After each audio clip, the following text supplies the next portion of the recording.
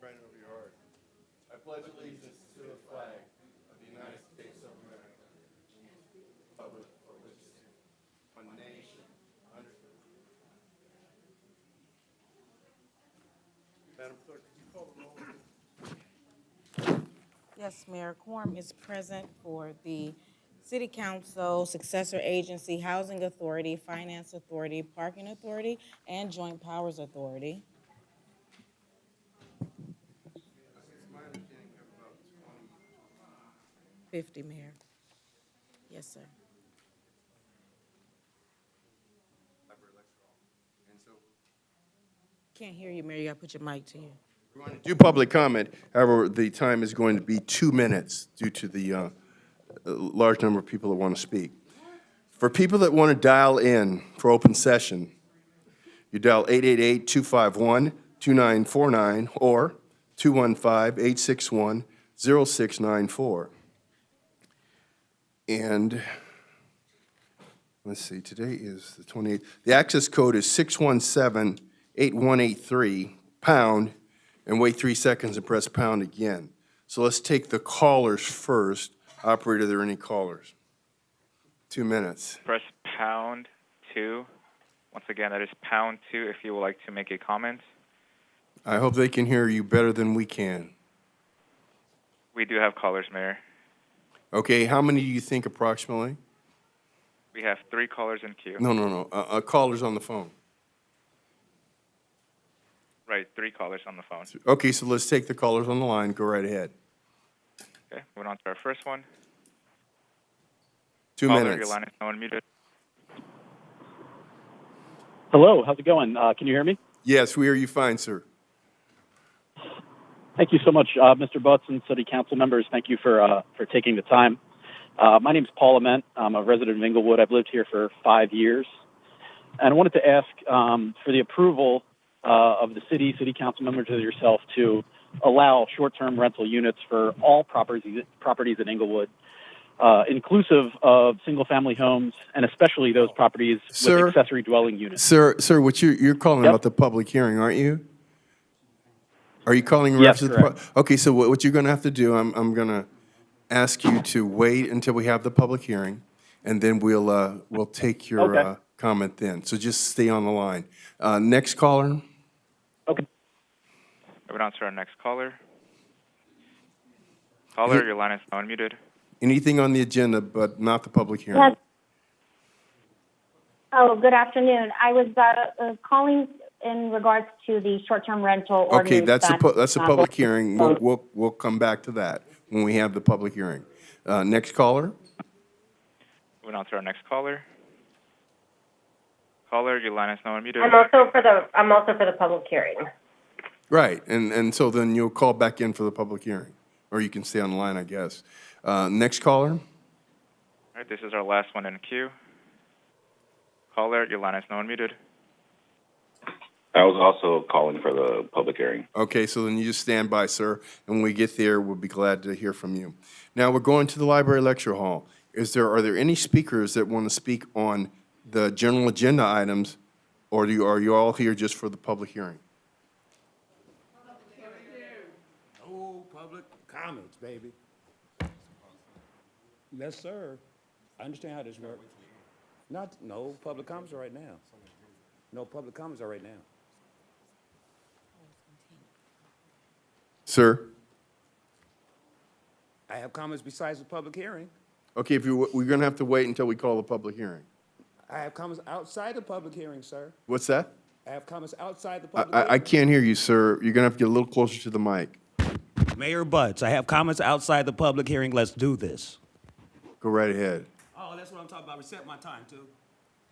Go right ahead, sir. Mr. Butts, you are wrong for cutting these minutes to 2 minutes. You cut these meetings and the rules as you play along, as your little Disney mind puts fit. What is your problem, sir? You've changed these meetings from 7 o'clock to 2 o'clock so you can rob this city like thieves in the night. D3. Why are you moving so much money around? You're rescinding things that this council's doing, and it happens every year. Every time you push this budget, magic money disappears. You have to move money like Monopoly money. This is starting to look like that Anaheim Stadium deal. Well, y'all was stealing money. Thank you so much. Are there any other, Oh, give my time. Give me my time. I know how to count my are there any other people in high school.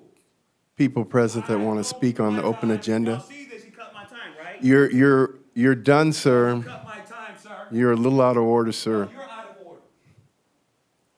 Okay, with that, we'll close public comment for the open agenda. And we'll go to the agenda. Item 1, CSA 1 and H1. Warrant register. Second. Madam City Clerk. Council members, successor agency members, and housing authority members, Dodson. Aye. Padilla. Aye. Morales. Aye. Mayor Chairman Butts. Aye. And now we'll go to PH1. Public hearing to consider an ordinance approving zoning code amendment 2021-003 to amend Articles 1, 7, 10, 10.2, 10.3, 10.3.1, 10.4, 10.5, 10.5.1, 10.6, 10.7, 10.8, 11.1, and 19 of Chapter 12 to establish, of the Inglewood Municipal Code to establish regulations for hookah lounges citywide. Now continue the public hearing to the meeting of July 12th, 2022 at 2 p.m. Madam City Clerk, what's the next scheduled matter? Yes, Mayor. The next scheduled matter is a public hearing to consider establishing short-term rental regulations and fees by taking the following actions. One, introduce an ordinance amending Inglewood Municipal Code Chapter 8 and Chapter 12, including Zoning Code Amendment 2018-01, to establish short-term rental regulations. And two, adopt a resolution to establish short-term rental registration permit fees to be included in the master fee schedule. Has the notice of the hearing been given in the time, form, and manner as required by law? And do you have the affidavit on file? Yes, Mayor, notice has been given and an affidavit is on file. Okay, have any communications been received on the matter? Yes, Mayor, communications have been received and passed out to mayor and council. Okay, is there a staff report? The Department, Housing Protection Department will give the staff report. Welcome, Mr. Cater. I am here to present the report for short-term rental regulations in the city of Inglewood. So we all know that advances in technology have made it increasingly convenient for persons to engage in short-term rental of dwellings as a business. A short-term rental is defined as a dwelling in part or in whole that is rented out for 30 days or less for compensation. Short-term rentals are commonly booked through hundreds of third-party internet hosting platforms such as Airbnb and VRBO.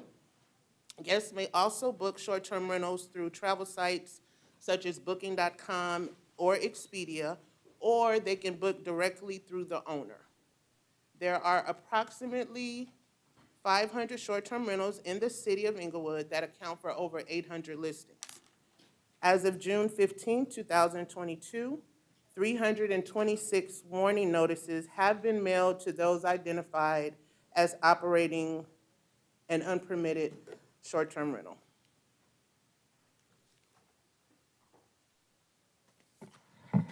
Our purpose. Okay. Our intent is to craft and codify regulations that will encourage tourism while preserving the availability of housing stock. Concurrently, we seek to create an enforcement structure to maintain the tranquility, character, and integrity of our residential neighborhoods while allowing long-term Inglewood residents the opportunity to supplement their household income by benefiting from the city's desirability as a sports entertainment destination center.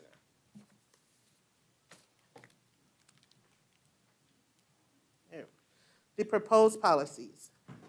All STRs must be registered with the city of Inglewood.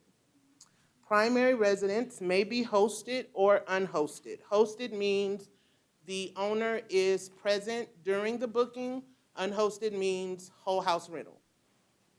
A person may only have one primary residence and must reside there for a minimum of 9 consecutive months out of the year.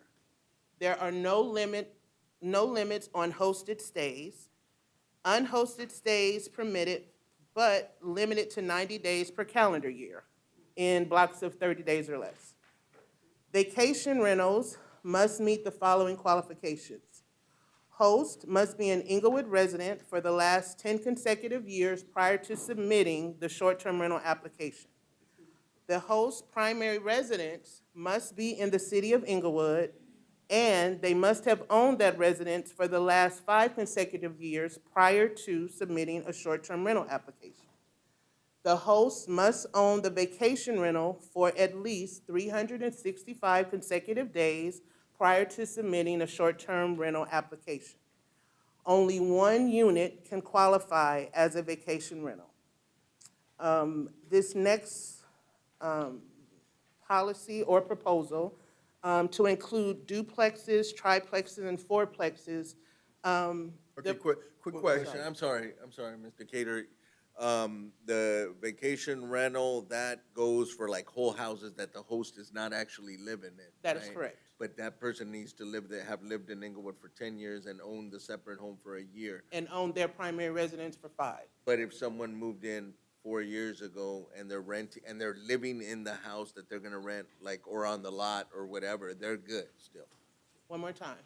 if somebody owns a home for less than like 5 years Yes. but they're renting like either from a duplex or in a room inside their home, they're okay They're okay, regardless. yes. Regardless, okay, Because that was they meet it. the But they can't leave their 365. house. Okay, they can't leave their house. They can rent a portion of their property, owner That occupied, is correct. in the duplex and all that. Okay, So I hear you.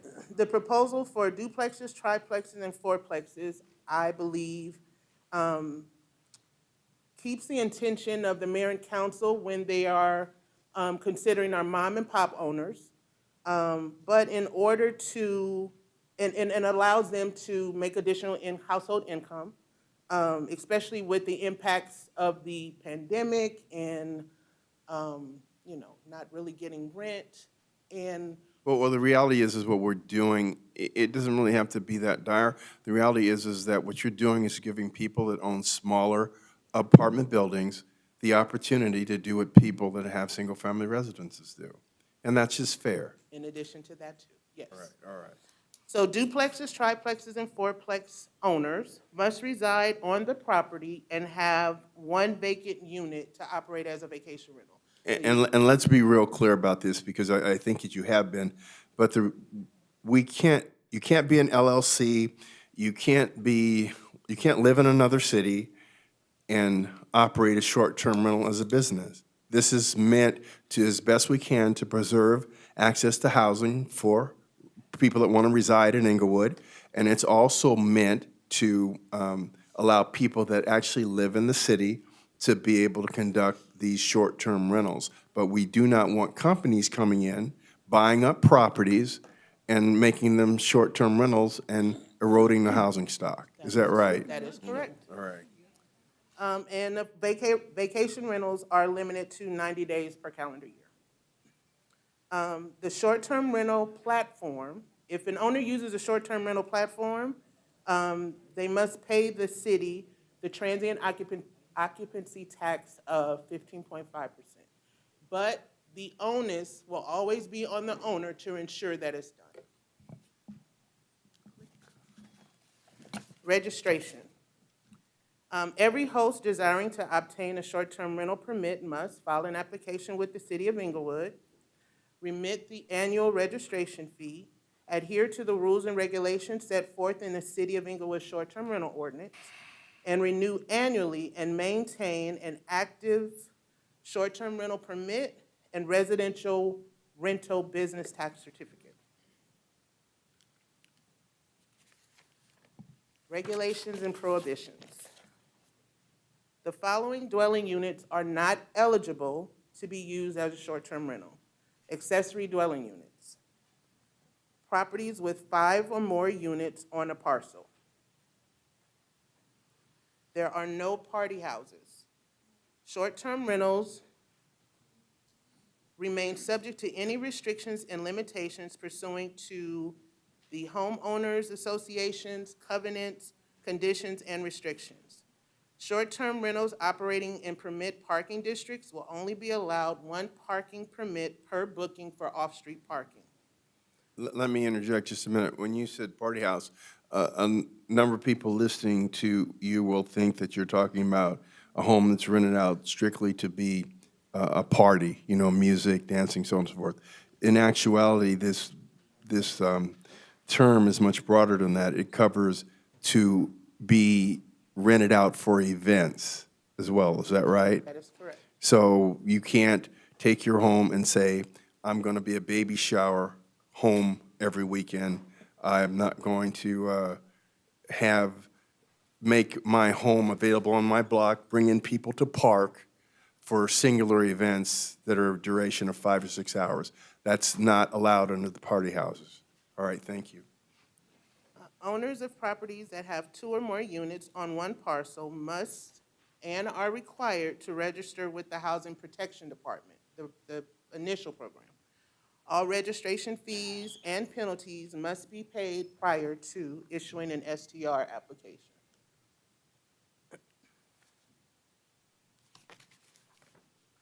Hosting platform and host responsibilities. Short-term rental host platforms such as Airbnb and VRBO, et cetera, are not permitted to advertise any STR without a valid short-term rental permit and must remove any listings for short-term rentals from its platform upon notification by the city of the violation.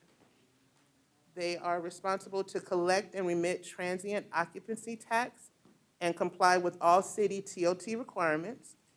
The host platform shall disclose to the city each short-term or vacation rental listing located in the city on a monthly basis. Hosts must provide a code of conduct to all guests that includes the relevant information addressing behavior, safety, and security, and short-term rental platform shall disclose to the city on a monthly basis each short-term rental or vacation rental listing located in the city, the names of the persons responsible for each listing, the address of each such listing, the length of stay for each such listing, and the price paid for each stay.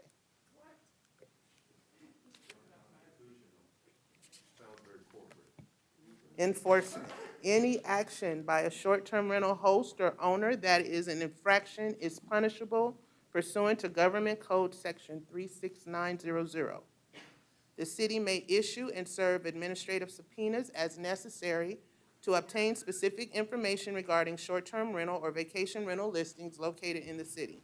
Any short-term rental host who violates any provision set forth in this ordinance may be subject to administrative fines and penalties. The fees. This is my favorite part. So we did I want to thank Sharon and Finance. She assisted me in getting I would say a preliminary fee justification because we really have no data. And if you look at the table, it breaks, She assisted you in developing an accurate fee table. that would be correct. All right. Yes, But we don't have it yet, right? we don't have wood. No, Oh, no, we she's do. about to lay it out Okay, right lay it now. out, go ahead.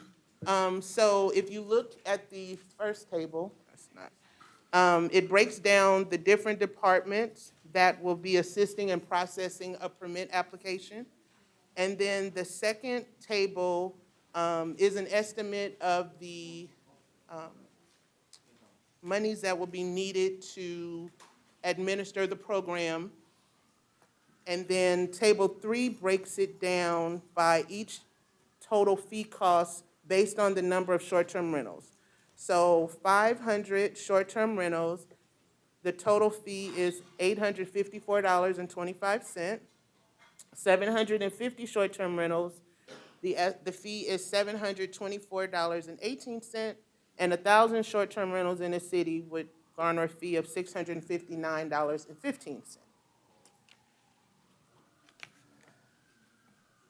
I believe it is proposed that these fees be reduced in the interim because I know we have a comprehensive Fee study. coming up, yes. And so I'm proposing $500 for hosted short-term rental and $600 for unhosted.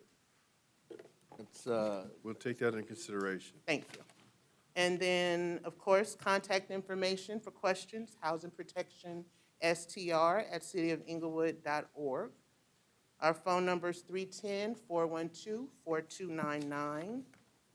And that's it. Okay, the only thing is, what was the rationale for this ad hoc reduction? What's the rationale for that? If we did a study and we developed a fee table, why would we just unilaterally go disregard it until we do a more comprehensive overhaul of our fees? I don't know, I have a heart for owners. You Well, know, that's it's- good, and we It's a don't. proposal. Okay. Well, let me not just say owners, because I don't want the tenants calling either.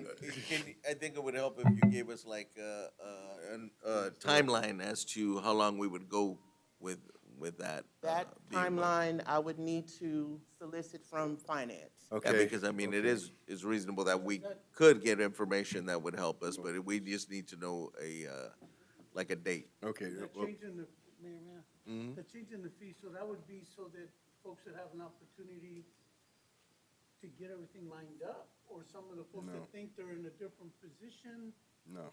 as it relates to STRs I mean, what's your reasoning? I know you feeling for the folks, and we all do, but we have to base it on something a little bit more solid. So well, to be honest, It- with it's- all transparency, 800, I don't think 800 is a lot, but because it's new, and I know another comprehensive study was coming, because there are certain things I don't know that a more comprehensive study is coming. So, It's always okay to say, after further thought, okay. I reverse my feeling. No, but I mean, she's actually, we don't know enough. We could, she's just saying, hey, it's up to you guys, but let's try to get it right. So, well, and to piggyback off of that, there are an estimated number of 500 STRs that we have identified. There could be more. And here's what I'm saying. The reason I say this is that whenever you assess fees, it should be done on some scientific basis. Okay?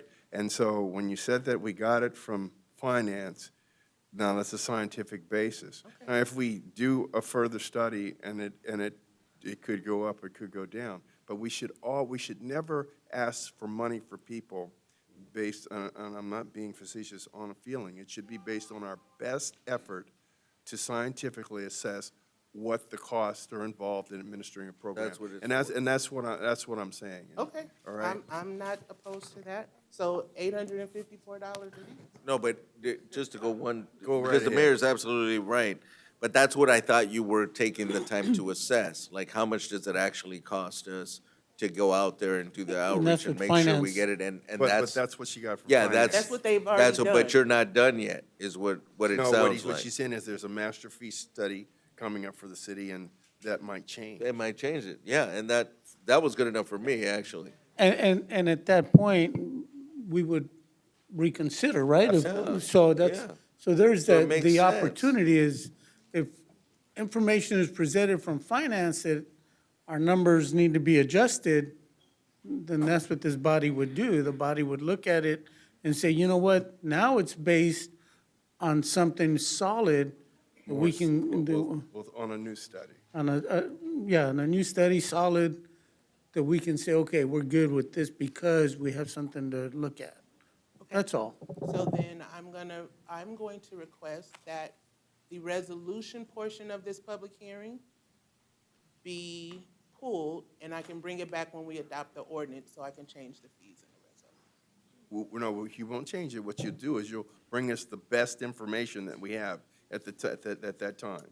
And so what you're saying is, this was an estimate from the finance department, and there's another fee study coming, and you will bring us the best information at that time. Oh, so the numbers that are in the staff report are the best estimates There at we this go. time. And that's what we're we gonna can go go with. on. Okay, thank you. And we're gonna base it off of 500, because currently that's how many Okay. estimates, okay. That's You're fine. basing on an estimate of there's approximately 500 short-term rentals in And we may have a operation. bunch more after everybody starts signing them up. That is correct. Okay, thank you very much. Good luck. Oh, but, No, It's a public hearing, we got. it is. I'm good. So- I'm with it. Go ahead, you had more? I do. I need to ask that,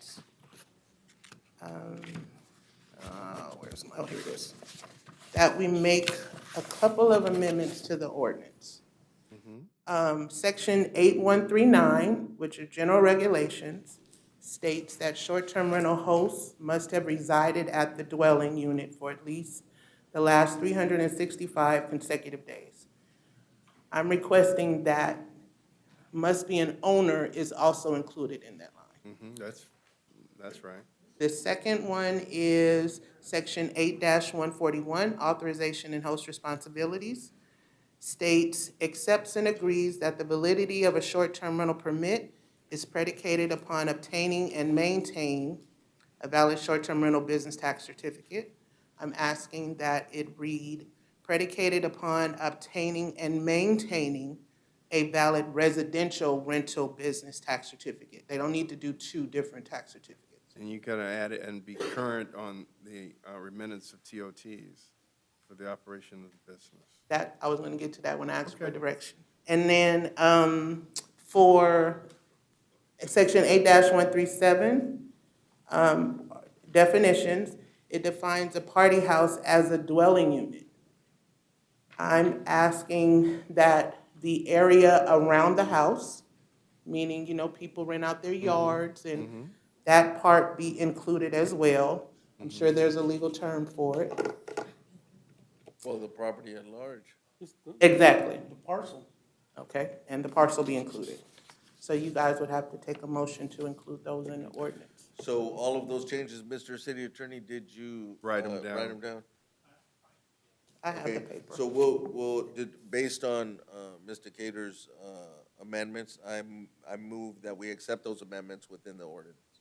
Second. Madam City Clerk.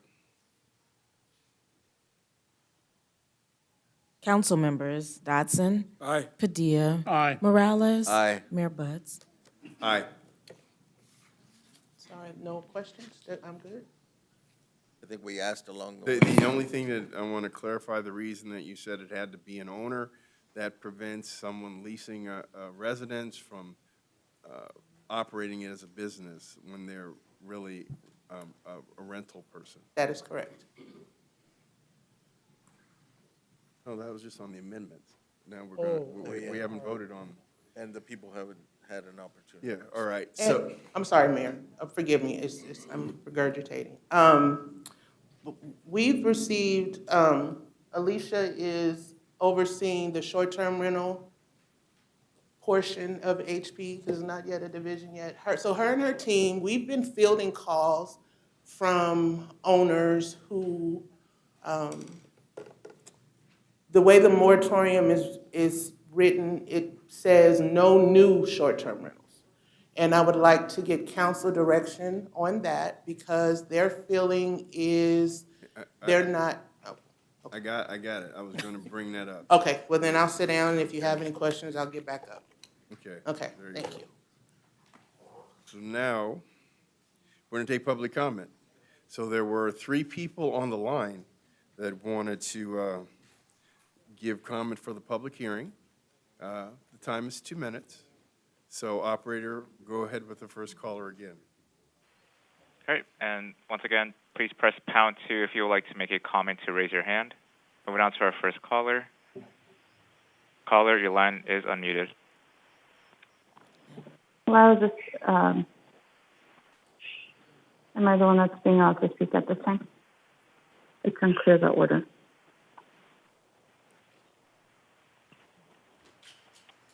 Can you guys hear me? Yeah, we Yes, can hear you. can.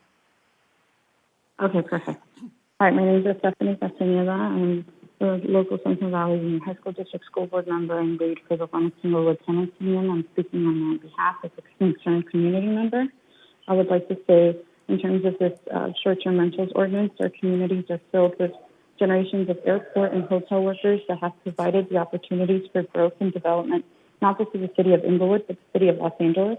And our residents, the majority of which are renters, are facing the misfortune of small and big time landlords putting tenants through terrible living circumstances, pushing them to their limits in hopes of self-evicting or raising their rents to the point of self-eviction so they can flip their units into Airbnb. And there's not enough enforcement language to truly hold these folks accountable when only 300 out of 800 illegal listings receive notices because the Housing Committee does not have the capacity to undertake this ordinance as written. The city of Inglewood residents and nearby Lennox residents are facing a housing crisis that will continue to drastically be exacerbated by these short-term rentals. And so the city, at the bare minimum, should reject this ordinance and have the Housing Committee come back with a real ordinance that helps keep people in their homes, keep their jobs, and ban unhosted short-term rentals and provide the adequate enforcement language that won't continue to harm both physically and financially the residents of this community. Thank you. So I want to understand, ma'am, so you don't want there to be short-term rentals allowed, is that right? All right, next caller. I'm sorry, what was this? I'm trying to understand, are you saying you don't want short-term rentals allowed at all? Is that what your point was? I'm saying you should reject this ordinance in its current form and come back with a better written ordinance and one which includes a ban on unhosted short-term rentals. Okay, I got it. So Next, that should not affect the other residents. got it. Next caller. Moving on to our next caller. Caller, your line is now unmuted. Hi, my name is Rachel De Los Santos. I have been a resident and owner here in Inglewood since 2019. And first, I'd like to say thank you for considering and putting together an ordinance in general and letting us take some time to speak on this. For the most part, I agree with a lot of the proposed policies. The thing that I'm still unclear about is the unhosted stays. If I, for example, am looking for, I just want to rent a room in my house to help supplement the mortgage, it's still being owner occupied. Is that still considered an unhosted stay and a vacation rental? Now, ma'am, also, let me interject for a second. Are you saying that you're going to rent to that person on a month-to-month basis or an annual basis? Is that what you're saying? Are you going to have a lease with that person? No, still on a short-term rental basis, but just like an extra room that we have in the house to help out with our mortgage. Well, actually, that's the whole essence of short-term rental. You don't have someone that's renting with you, but you're renting them a room, a portion of your home for up to 30 days. So I hope that helps. Got it. Yeah. But does Yeah. she So own it? would that be considered unhosted but stay you- or a hosted? Go ahead. Would that be considered an unhosted stay or a hosted stay? That would be a hosted living stay in the because you live house. there and you are there. Yeah. And- Do you own the property is the question. Yeah, we do own the property. Then you qualify. All right. Got it. Okay. Well, then everything else sounds good to me. One last question I had is, let's say we decide to move in the future. What does it mean that the host must live in the vacation rental for 5+ years? That's And exactly like, what it, let's say we want to. but that's exactly, it means what it says. There's no other, I mean, I don't see how it could be more plain than that. Okay, next caller. Moving on to our next caller. Caller, your line is now unmuted. My name is Nancy Hanna. I'm calling from Better Neighbors LA. Inglewood's proposed regulations are among the most lenient in Southern California. They should be rejected, and instead, Inglewood should require that all short-term rentals be hosted. In January of this year, Inglewood saw a mass shooting that killed 4 people in what Mayor Butts called the worst act of violence the city has seen in years. This shooting took place at an unhosted, unsupervised short-term rental. No, actually, it was Now a the city of party Inglewood house. is Go considering. ahead. This is my time, Mayor. Thank you so much. Actually, I'll give you the seconds, Now, the but city of Inglewood, it was a party house, ma'am. Go ahead. it was a short-term rental that was rented through Airbnb. It was unhosted. There was nobody there to supervise the property. Now, the city of Inglewood is considering regulations which will authorize unhosted, unsupervised short-term rentals to continue to operate. They will allow unhosted short-term rentals in primary residences, and they will also allow vacation rentals with no permanent resident to allow single-family homes and apartments in Inglewood to sit empty except for temporary vacationers who may occupy the property for short periods without any supervision by a host. City of Los Angeles limits short-term rentals to primary residences. The City of Santa Monica requires all short-term rentals to be primary residents and requires that they all be hosted.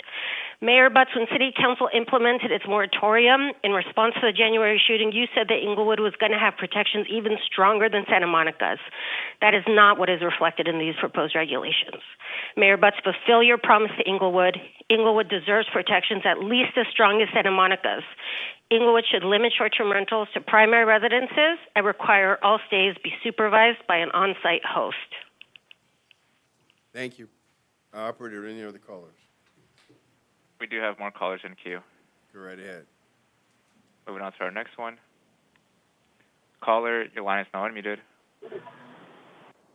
Hi, how's it going? Mayor Butts, council members, thank you for your time. My name is Paul Ament. I've been an Inglewood resident for the last 5 years, bought the house in 2017. I'm asking for your approval to not just allow short-term rentals for all properties in Inglewood, but also that inclusive of accessory dwelling unit properties. Housing protection is kind of a funny word to me because I feel the best way to keep residents from losing their homes would be to allow those residents to invest in their accessory dwelling units and use that as a sustainable way to gain income from the property. This passive income would allow many of the residents in Inglewood to stay in place and operate short-term rental units as a business. And this business would be accretive to the city's economy with all of the money coming in from outside the city of Inglewood. Sir? Short-term rentals. Sir? Yes? Sir, I'm going to give you some more time, but Yes, sir. the reality is that ADUs were allowed by state statute to provide more housing so more people would have a place to live. So I just want to throw that into your thinking. It isn't meant, short-term rentals are not meant to deplete the housing stock. So I just wanted to let you think about that. But go ahead. We've stopped the time, so go ahead, sir. No, Mr. Butts, I appreciate that. Thank you very much.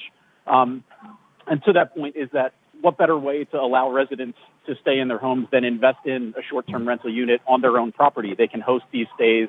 They can generate income for the city.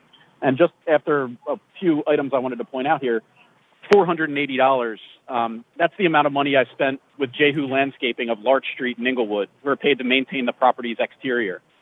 $735 is the amount of money I spent with Set for Life Liquor on Van Ness Avenue for food, kitchenware, cleaning, and comfort items for guests to enjoy during their stay.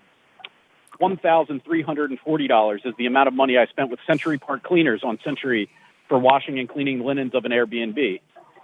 $2,500 is the amount of money I spent with It's All House Cleaning, a cleaning service that's based on 7th Avenue, where a mother employs her children to teach them the value of hard work and entrepreneurship and business management. Her son plays on the Morningside High School basketball team, and I've been to 3 of his games. All of this business was generated from different people up and down the block in Inglewood due to one single short-term rental unit.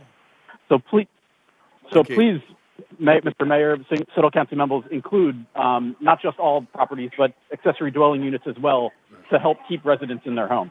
All right, thank you, sir. We're going to have to recess for 5 minutes because we've lost a quorum, and we'll be back for public comment at 2:45. Thank you.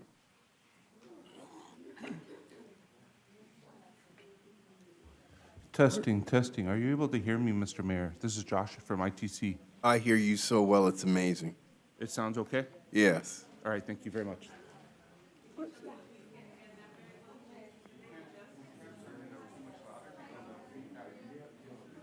We've reestablished the quorum. We're going to go back in session. Now we have a super quorum. You could listen, you just can't take action. All right, and so, oh, well, that was her that did it. But anyway, we'll settle that later. Eloy's always right. So we're going to go back to the library lecture hall, and anyone that has a comment for the public hearing may do so at this time.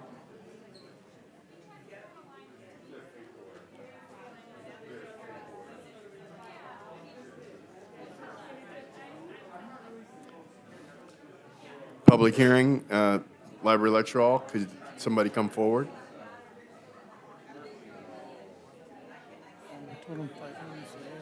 Oh, that's right. Okay, well, we'll wait till 2:45 then. All right, can I recess till 2:45? They'll teach me. I didn't realize it. Mm-hmm. But we did run it. And you guys said, oh my goodness. Wait, you're supposed to be out there.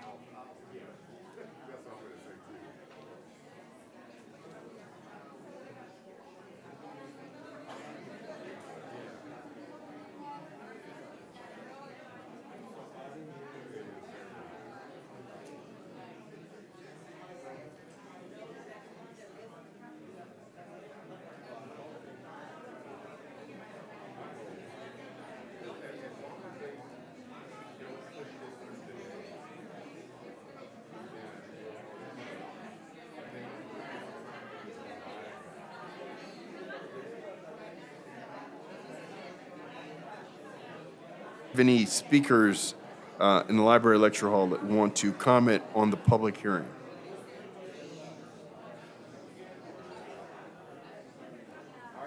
Okay, so Thomas, can you hear us?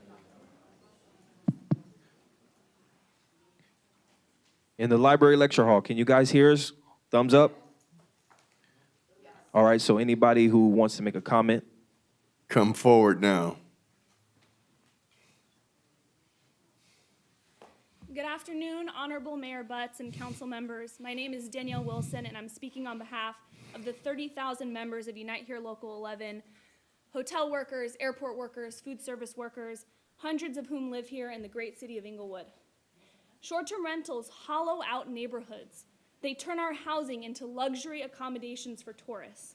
You heard an earlier caller explain in detail the professionalized cleaning and hospitality services that he provides in his unregulated hotel.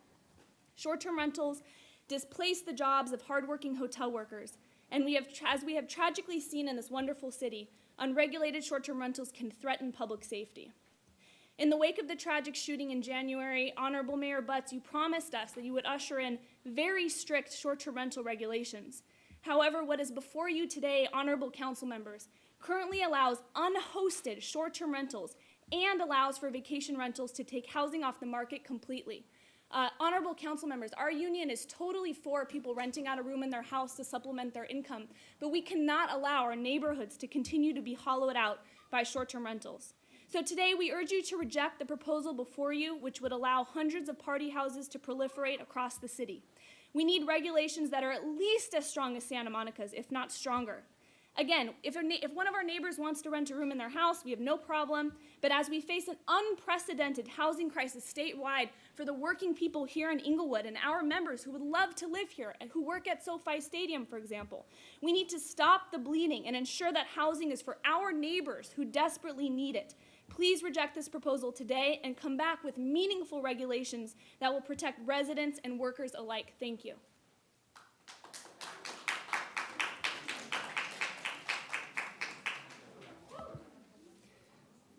Good afternoon, Mayor and City Council members. My name is Ana Mendez, and I work for Marriott Hotels. I am a Unite Here Local 11 member. After the tragic shooting in January that is still fresh in our minds, Mayor Butts made a promise to the residents of Inglewood. He promised that he would deliver strict short-term rental regulations to keep our neighborhoods safe. But the proposed regulations are not strict enough. They do not prohibit unsupervised, unhosted short-term rentals like the one where the shooting took place. I am raising my family here. I want to feel safe when I get home late after work. This is a community. People have raised their families here for generations. I'm not okay with people coming in and out in our neighborhoods to party and abuse our family culture. Mayor Butts and council members, please deliver on your promise to us. Pass regulations that will prohibit unsupervised, unhosted short-term rentals that threaten the safety of our neighborhoods. Deny the proposal today and come back with regulations to ban party houses. Ma'am, real quick question. If we did agree with your premise, there's no reason to throw out the entire proposal. It would just include a ban on whole house rentals. Is that what you're asking for? We want to mimic what's happening in Santa Monica. Well, I don't want to the city mimic of Santa LA. Monica. That's not what my purpose is. I'm saying, is your point that you think that whole house rentals is a problem? We don't have, whole house rentals are a problem. Okay, so I'm glad to hear that. But mimicking Santa Monica is not what we want to do. Well, we want something better than Santa Monica in the city of LA, and we've done it, and we can do it again. All right, thank you very much. I appreciate that. Next speaker.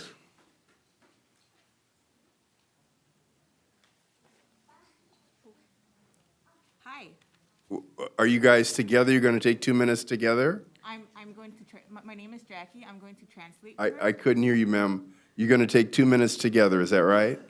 My name is Jackie, and I will be translating for her. Oh, okay. All right. Buenas tardes, alcaldes y concejales. Mi nombre es Yolanda Pascual y vivo en Lenos por 28 años. Hi, my name is Jackie. My name is Yolanda Pascual. Yolanda Pascual, and I've lived in Lenox for 28 years. Las rentas están carísimas en mi vecindario y han hecho apartamentos y están sin ocupar. Rent is really high, and in my neighborhood, apartments are vacant. Las rentas y los costos a corto plazo nos quitan las viviendas para nuestra comunidad y se las rentan a turistas ricos. Short-term rentals take away housing from the community and rent them to wealthy tourists. Por favor, pasen las regulaciones para las rentas a corto plazo hoy. Please pass a strong ordinance against short-term rentals today, please.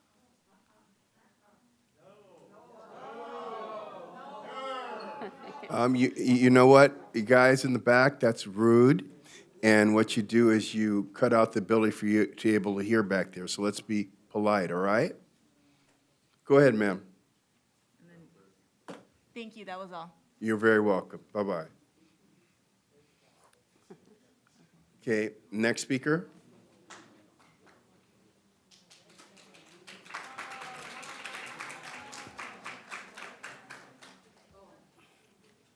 Hola, mi nombre es José Luis Acosta. Hola. Estoy viviendo en la ciudad de Inglewood también por 25 años. Hi, my name is Jose Luis, and I have lived in Inglewood for 25 years.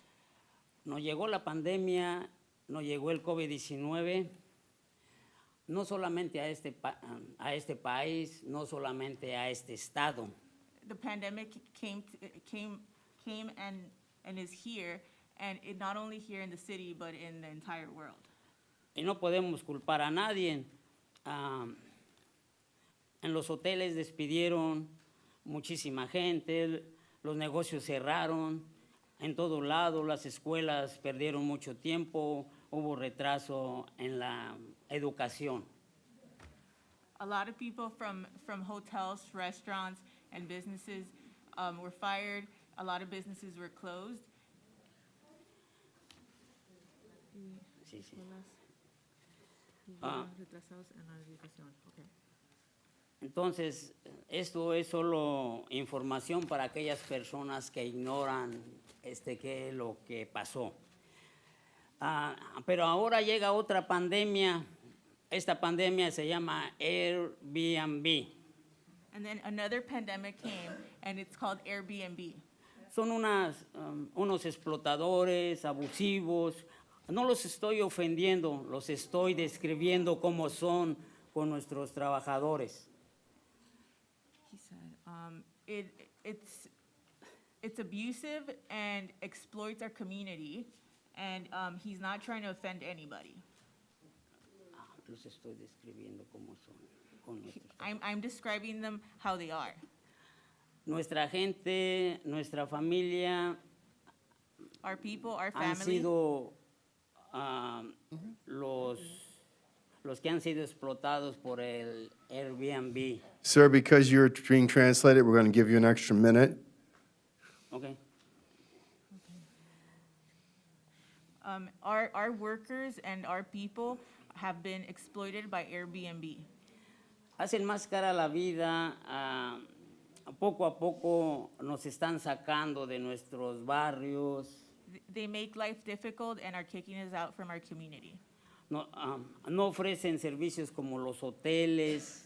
They don't offer services like hotels. Y no queremos que pase en este lugar.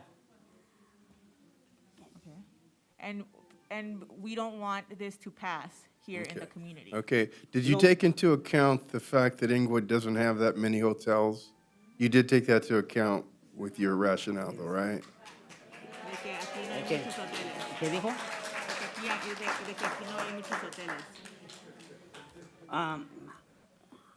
No queremos más explotación, mejoremos esta ciudad, este país, fuera los corruptos.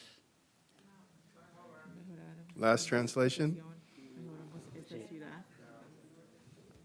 We want this exploitation to stop, and we want these corrupts out. Okay. Thank you very much, ma'am.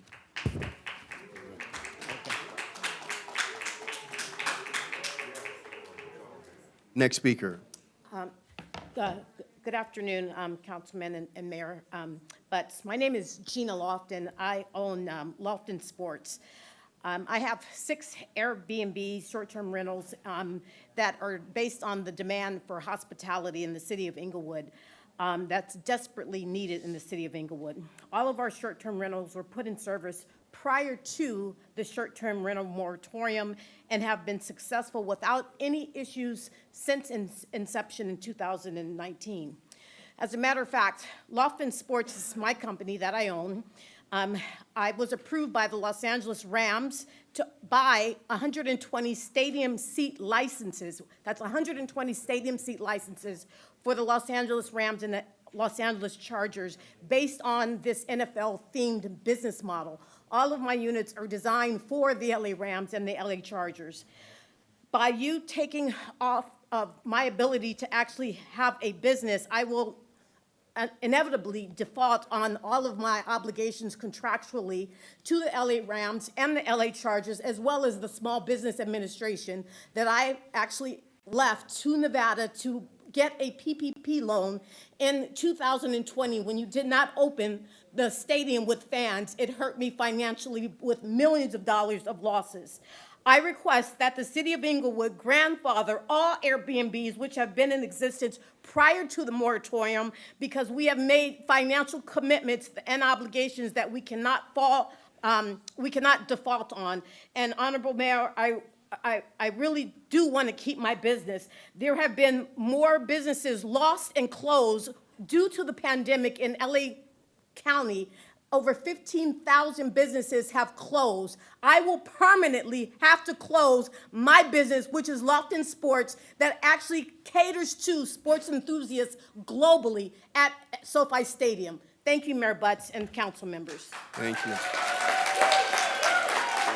Real quick, though, Ms. Lofton, being a business person, you know that no business can operate without seeking a business license.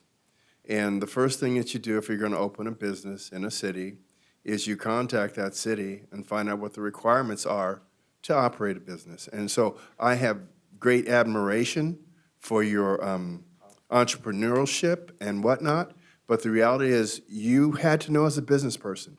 If you didn't contact the city to get a business license permit, and at that time you would have been told, no, we don't, it's not authorized use right now.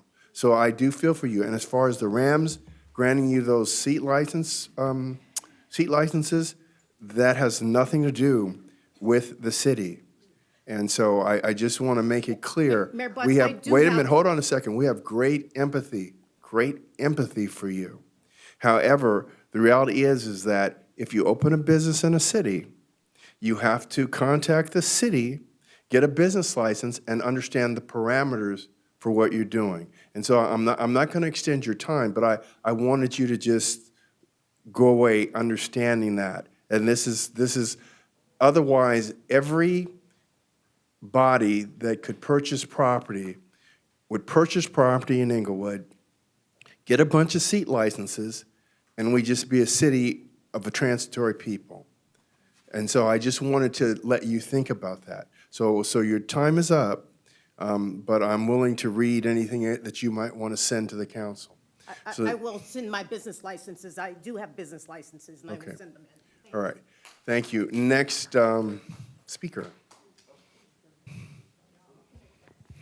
Hi, this is Heather Santora again. Quick question, because I have several people that are on saying that they're calling and raising their hands and they're not able to get through. I know for me, I called in several weeks and was unable to get through.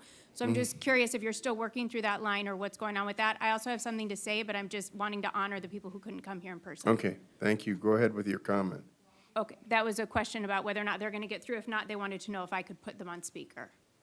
Oh, go ahead and put, well, you say, how many people do you have on speaker? I'm only able to do one at a time. They're standing in line, still raising their hand in the Okay, well, automated hold thing. on 1 second. Yeah. Operator, do you show these people standing in line? We do have callers in queue. Okay, so they're in queue. We'll get to them, ma'am. Okay, cool. I just wanted to make sure that those were attended to because those were several people that wanted to be here in person, but I know that several hosts are afraid to be here in person Why? because of the moratorium. Because okay. there's a current They- moratorium and they're afraid to speak out because they already had bookings going when the moratorium came in and they didn't know how to handle the situation. So what I'm asking you to do is just continue to think thoughtfully as you move through this. A couple of things that I heard in the report, and I was in this room, so I wasn't able to hear the report clearly. A couple of things that I heard that I just want to make you mindful of is that, like, when I go on vacation and I rent my whole house, it can't be a hosted stay because I'm on vacation. That's what makes my house open. Otherwise, I would be there. So there's a couple of different things, and I mostly want to speak to the mom and pop hosts and for the cleaners and the small businesses that service those locations, because that's what I know very much about. In this room, there are a lot of people who work in the hotel industry who are paid by the hotel lobby to be here. They also have very strong feelings about what is going on here. It is a very complicated situation, and I honor that. I really want you to continue to move forward with protecting the ability for Inglewood residents to gain income through the short-term rental movement while protecting the fabric of the neighborhood. I think you're onto something good here. You have to be very mindful about it, and the things that I think are tangling you up right now are the hosted versus unhosted. Obviously, the rate that you're going to be charging, because for a lot of mom and pop hosts, $800 is quite a bit of money annually to come up with. So those are the things I wanted to bring your attention to, and please consider the workers who are not in this room, who are not working for the hotel lobby, but who are employed by the host, such as one of the callers earlier. Thank you so much for your time. Thank you very much, ma'am. Next speaker.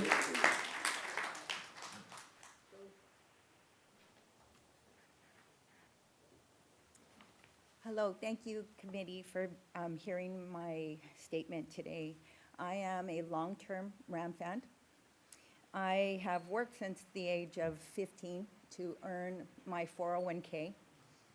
When this opportunity came, I have licenses for Ram seats, and I also purchased a home. And with that purchase, I had to form an LLC to be able to use my 401k money to purchase this home. The LLC prevents me from occupying this home until retirement age, and I'm several years away from that. I'm very close, but not there. I have rented this home for about a year and a half with no issues whatsoever. I have invested a good amount of my retirement in fixing up a distressed home, and my neighbors are wonderful and like me being there. I have a short-term rental as part of that revenue stream for me. It's a personal investment. It isn't benefiting anyone. It does harm me when I can't utilize it for the purpose of what I invested in. I took my money out of the stock market and put it into this home that was going to be mine eventually, so I could go to the Ram games. And now I'm in this situation, and I'm hoping that this different perspective will have you look at the LLC reference as potentially an exception to that. I'm not a business. I just was trying to protect the potential for harm to my property. Thank you for your time. Okay, one quick thing. How long have you owned the property? Since 2019, I believe. And the property's appreciated, is that right? It has, Definitely. It's appreciated faster than the stock market, is that right? well, it depends on what day you look at it. If you look at it today, Yeah. it's definitely appreciated more than the stock market.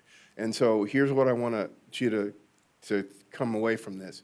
You made an investment, you formed an LLC, it limits things that you can do with the property. It was an investment. Right now, you're ahead in that investment. However, if we were to extend this to you, we'd have to extend it to every LLC that wanted to come in and buy properties and turn them into short-term rentals. That's not something we're really prepared to do. So I just wanted you to balance this. You made an investment decision, and it was wise. You're ahead of the game right now. But this is going to be a difficult ask. I just want to let you know. And the last thing is I did get a license. I didn't do anything inappropriate. Mhm. And I wasn't, it wasn't a requirement to get an LLC. I just thought it was a good idea. And No. that apparently was a bad idea. But I'm not a huge business, that's all I'm. I understand. Okay. I totally understand. Thank you very much. I'm going to translate. All right. Good afternoon. Mi nombre es Lidia Godoy My name is Lidia Godoy. y yo vivo en la ciudad de Inglewood. I live in the city of Inglewood. Y yo he vivido aquí por 30 años I've lived here for 30 years. y no se me ha hecho justo que 2 veces me saquen de mi vivienda nomás por rentarlo. It's not fair that I have been kicked out of my housing twice because they wanted to rent it to Airbnb. ¿Qué más quiere decir? Lo que yo quiero es un techo seguro para mis hijos porque yo trabajo. I want a secure house for my kids because I am a worker. Yo no vivo de negocio. I don't live by investment. Yo trabajo y pago renta. I work and I pay my rent. Lo único que quiero es un techo seguro para mis hijos y no me estén sacando de cada departamento donde me muevo. I just want an apartment for my kids and my family and not being kicked out every time the property owner wants to rent it to Airbnb. Tenemos que tener una ley fuerte We have to have a strict law que pase para estas personas que quieren estar sacándonos para rentar las viviendas. to regulate the people that want to kick us out of our housing. ¿Cómo se llama? Dígame la- como la gente que viene de visita, ¿cómo se llama? Los turistas. A los turistas. They want to rent it to tourists. Eso es todo lo que yo pido That is all I'm asking para todos los que vivimos aquí en Inglewood. for all the residents of Inglewood. Thank you. Thank you so much, ma'am. Muchas gracias.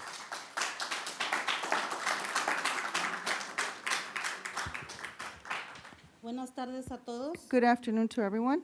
Mi nombre es Kena Castañeda. My name is Kena Yo Castañeda. trabajo en el Hotel Westin LAX. I work at the Westin Hotel in LAX. Trabajo como recamarera por 16 años. I am a housekeeper for 16 years. Le instamos a que rechace esta propuesta hoy. We want you to stop the proposal today.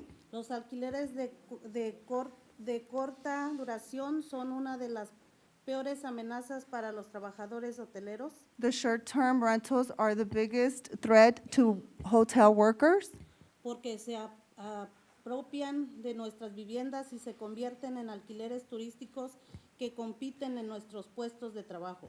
because they are a competition to our jobs by renting them as hotels and tourist destinations. En Santa Mónica aprobaron una ley de viviendas compartidas que no permiten que las unidades de vivienda se utilicen para turistas. In Santa Monica, they approve a regulation that bans these homeowners to turn these homes into tourist destination hotels. Inglewood debe ser un líder en este tema y aprobar regulaciones aún más estrictas. Inglewood should take leadership in this area and approve regulations, strict regulations for residents Para proteger los trabajos de viviendas y hotelería. to protect the homes and the hotel jobs. Vote no, rechace esta propuesta hoy. Vote no and reject this proposal today. Gracias. Thank you very much.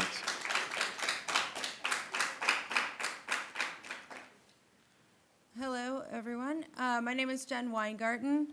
As a homeowner and a resident of Inglewood, I rely on the income from the short-term rental in my house to cover my mortgage. I'm on disability, so I can only have rental income to support my disability. And that is what I use to feed my daughter and to pay my mortgage. Without it, I would lose my home and possibly lose custody. So it is extremely crucial. Therefore, I'm asking that you lift the moratorium that was just randomly placed on us. I didn't even know about it till I got a random letter saying I was in violation. It which- wasn't a random letter, it was a targeted letter, Oh, but fine, a targeted letter to Go me. ahead, go That ahead. I was in violation. I am an upstanding citizen, I pay my taxes, I follow the rules when I know about them. And I was not aware of this, and I felt like it was just kind of slipped in under us without us being even aware of it. Ma'am, could I ask you something real quick? And yeah, I'll give sir. you the time. the reality was that you did know you were running a business, right? You did know that. It is Well, not wait, no, considered a wait. business on my I'm not being taxes. argumentative. I said you knew you were running a business, and I'm making a point. No, sir, it's not a business on my taxes. It is rental income, investment income. Investment income. Well, the reality is that whenever you take a structure and you use it for short-term occupancy, it's subject to TOT. And I'm just, like I said, we're going to work this out. I pay taxes on the No, income. I understand you pay taxes on the property, but you have a specific business, and I'm just trying to make that clear. We're gonna try and make things work the best we can Yes, sir. during this interim period, and so, but I'm trying to help you understand Yes, sir. the things we have to go through to make this fair for everybody. Okay, and I'm just explaining that it is considered, according to my accountant, it is considered investment income, and I pay taxes on the income, and I pay taxes on the property, both. So it is not considered a business on my taxes. I truly believe that your income tax person told you that. I believe you. Correct, sir. So as far as I was understanding, I am within legal boundaries. It is not an accessory dwelling unit. It's a room in my house. And anyway, that being said, I do believe that we, the homeowners, pretty much are all 4 out of 5 stars or more. We bring good things to Inglewood. We support the economy. We make Inglewood look better. And it's not us that's causing shootings. It's Inglewood, unfortunately, has had a long history of shootings way before STRs. And I think it's improved, not gotten worse. And I think blaming it on short-term rentals is a cop-out. I think we've brought wonderful things to Inglewood, and the hosts really invest a lot of time and money into making our guests have an incredible experience here, not a negative one. And I don't believe that we are taking away jobs or anything else from anyone in this city. I think we're bringing a lot of wonderful things to the city. Okay, so ma'am, we certainly agree with you that owners like you are not causing problems. We certainly agree with you. Next speaker. Hi, my name is Kai. I'm a resident of Inglewood. I purchased a home 2 years ago and lived there with my family, my wife and 3 kids under the age of 8. We previously, when we were living in an apartment in LA, we were able to rent our apartment out when we would go away for either a training or a conference.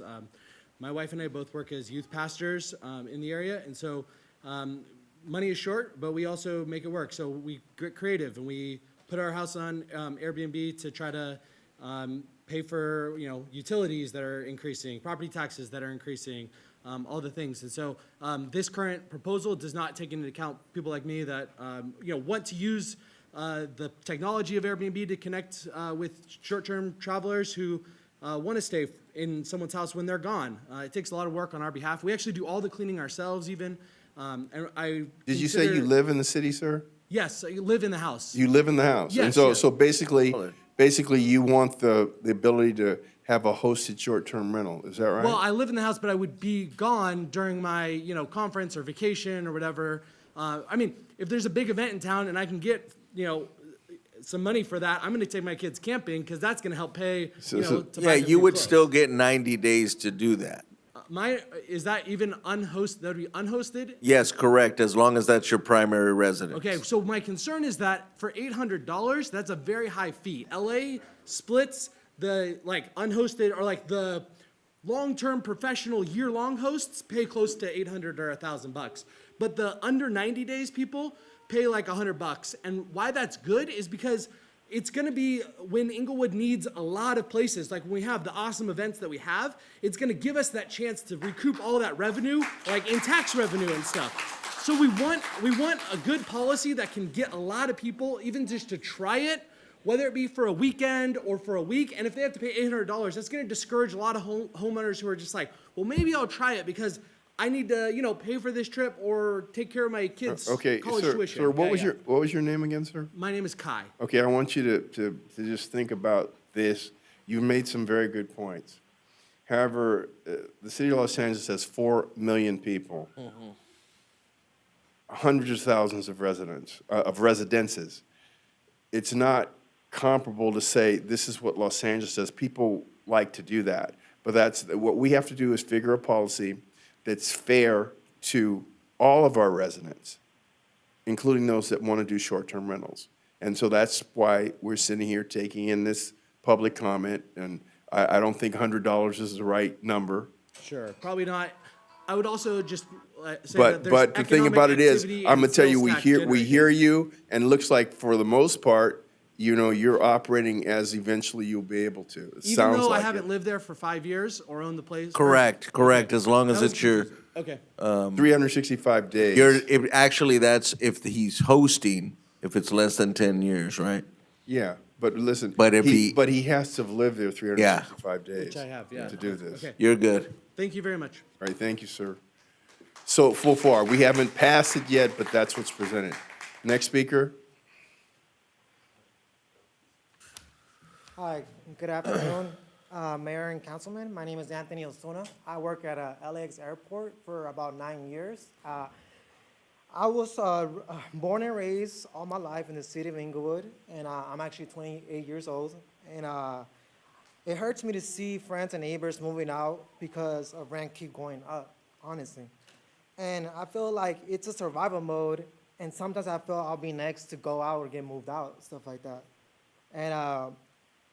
And you know what? Short-term rentals take away housing from people who need it our community and give it to wealthy tourists. Pass strong short-term rental regulations and ban unhoused short-term rentals today, if possible. Thank you so much. Appreciate that. You guys have a nice day. Thanks. Okay, thank you. And real quick, there was a lady that had a translator, and if you have a problem with your landlord because they can't just arbitrarily move you out, just call the Housing Protection Division, and they'll be glad to give you all the advice that we have. Next speaker.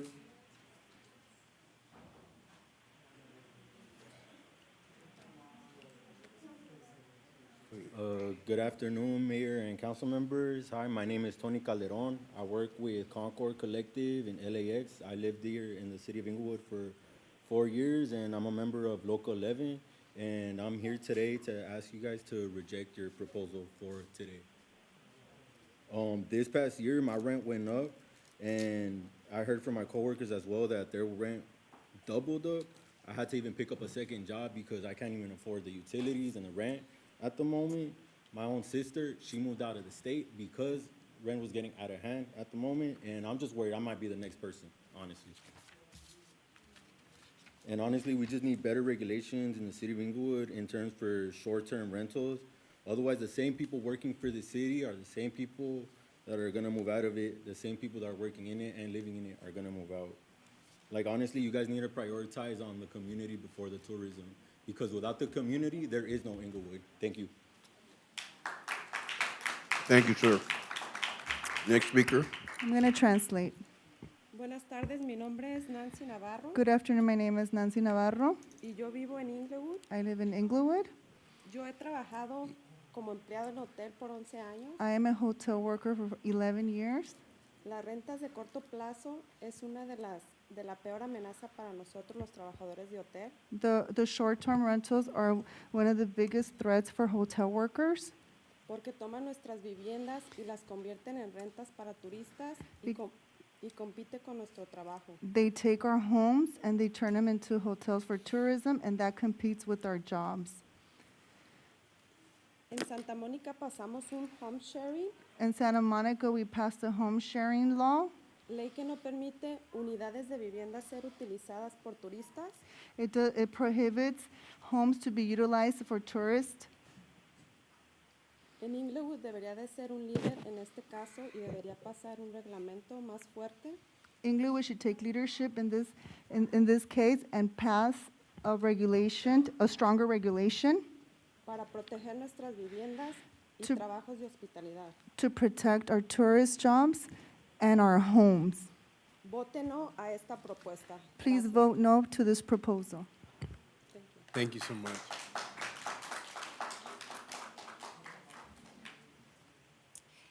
Hello, I'm a short-term rental STR owner in this wonderful city. My property is completely rehabbed and all up to code. As an STR owner, I don't hollow out neighborhoods. To keep my five-star rating, I maintain my landscaping and I clean up litter around some of my neighbors' yards and along the street of the nearby park with overflowing trash cans. Long-term landlords, which is what you're asking us to do, have zero incentive to maintain their properties like STR owners do. We're not greedy corporate owners like hotel corporate owners are. We are mom and pop owners and we're supplementing our mortgage. If these rules go into effect, I'll probably have to sell, like the owners of 1228 Myrtle Avenue had to do recently when they received one too many of your threatening letters. Wait a minute, let me ask you a quick question. Mm-hmm. You heard the proposal for STRs as it stands right now.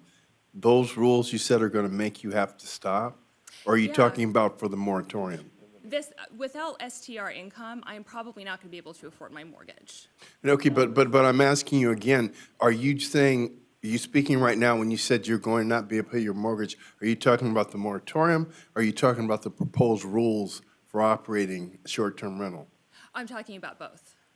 Okay, so how, and this is interesting, how would the rules as you've heard articulated stop you from doing what you're doing right now for short-term rentals? Where is the loss for you? I'm happy to answer that, Mayor Butts. But we want to take your input and we want it to be meaningful. Yeah, no, I appreciate that. Okay, all right. I So really do appreciate that. okay, because I really do believe that as articulated, once the program's in effect, it's not going to change your operation. I was so happy to hear about how you take care of the landscaping and make sure the neighborhood around you is clean. That's exactly what we want. Are you an Inglewood resident?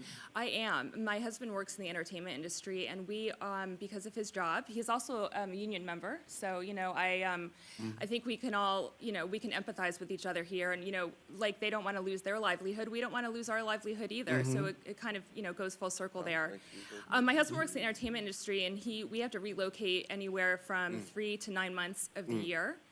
And during that time, STR, I hope I'm going to reclaim my time. During that time, STR is pretty much our only option. It's not just because of the money, it's because of the flexible timelines and the nature of my husband's job. May I continue?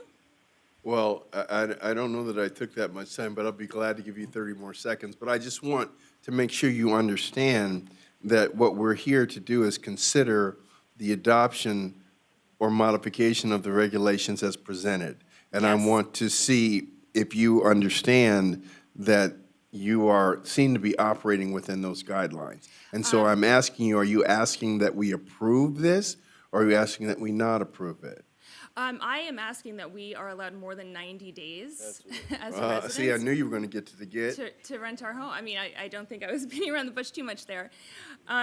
So I also give, we give gift certificates to Hilltop Coffee, 1010 Wine and Events, to our guests. On our site, we only promote local Inglewood attractions. I had a recent message from a guest who said that she used to stay in Santa Monica, and we've really put Inglewood on the map for her. I'm just asking that you grandfather in existing STR hosts. We're doing nothing wrong.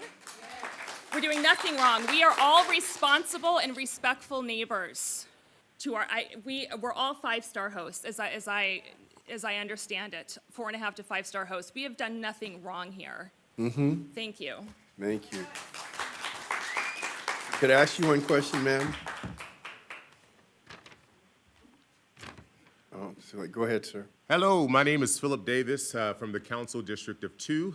I am here in objection to the current moratorium as well as the proposed ordinance as it stands.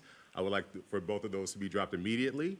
My family have been residents of this great city for the better part of 40 years, proud homeowners for close to 30 of those years. We have been faithful residents through many of the city's highs and lows to this point and are excited for the most part about the current trajectory. Needless to say, we have very strong roots built here and have been boastfully representing the city of Champion since before it was cool.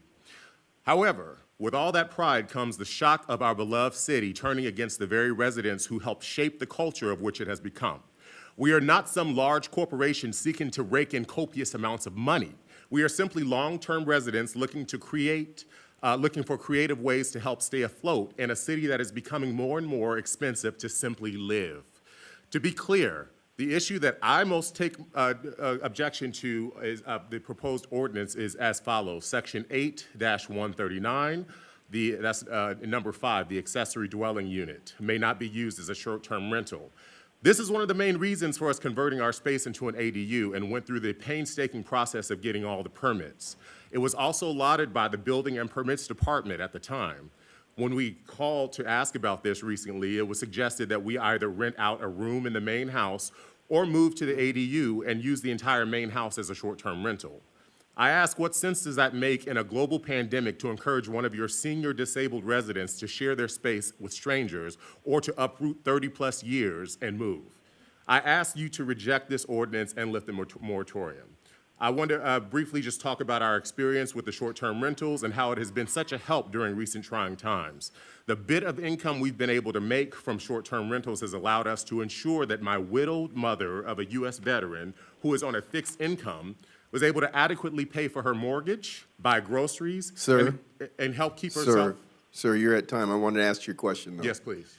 So what would you say to the fact that the state allowed ADUs with the intent that they be rental units to expand housing? See, how would you expect the city to step on the state's regulations? And I just wanted to see if you were clear on that. And I'll tell you one good suggestion the staff made would be to use a room in your main dwelling as your short-term rental. But, you know, let me tell you something. I've been around the city since 1972, and we love the residents. We want to have the least impact on available housing in the city, because it's one of the biggest complaints that we've heard is people are afraid there won't be any place for people to live in Inglewood that don't own property. You own property. Mm-hmm. And so you have options, and I want to be clear about this. You have options. You can engage in a short-term rental, but you'd have to do it inside your primary residence. And so no one's trying to take anything from you, but what we have to do is we have to regulate this so that, one, we maintain the integrity of neighborhoods. Two, we allow our residents to enjoy opportunities that the city has, by smart decisions, allowed so that people want to stay here. When did you ever think that people want to rent a room in Inglewood? Okay, this is where we are. But what we want to do, we have to be mindful of state regulations, and we have to be mindful of neighborhood integrity. We have to be mindful of people turning their residences into event spaces and taking up parking every weekend. So there's a lot of things here. So understand this very clearly. We applaud you for being a long-term resident. We're here for you. We just have a lot of things to balance, and I just want you to know that. Correct. I just wanted to reply really quickly to your, you said, what would the suggestion be about the ADU scenario?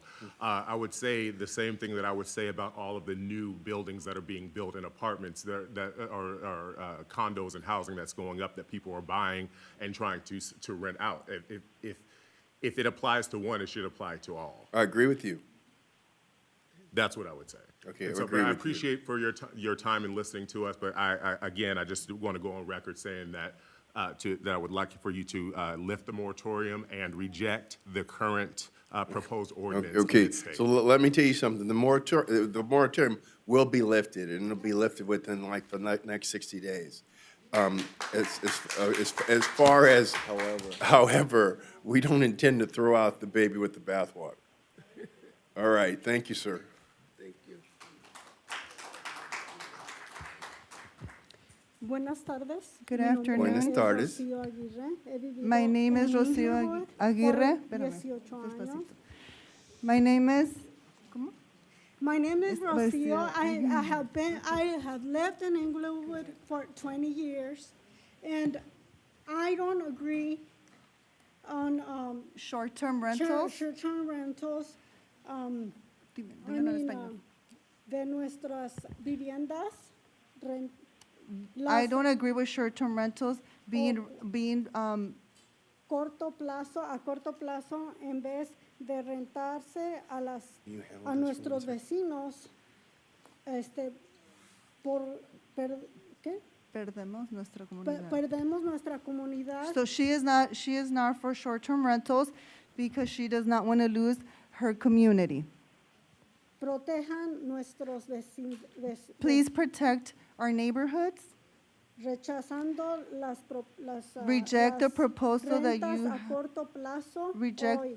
reject the proposal you have today. Debemos tener leyes que regulen rentas a corto plazo. We tan should fuertes have como laws en la that regulate ciudad short-term rentals like in the city of Santa of Santa Monica. Por favor, vote no. Please vote no.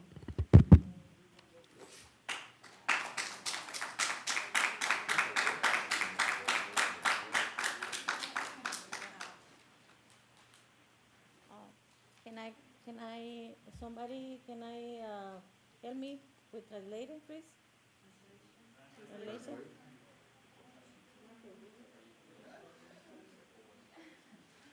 The city needs to provide translators. Sorry. Oh my God. Mi nombre es Patricia Sumalé. My name is Patricia Sumale. Soy madre soltera de 2 hijos. I am a single mother of 2 kids. Trabajo de housekeeping limpiando propiedades Airbnb. I work as a housekeeper cleaning Airbnb properties.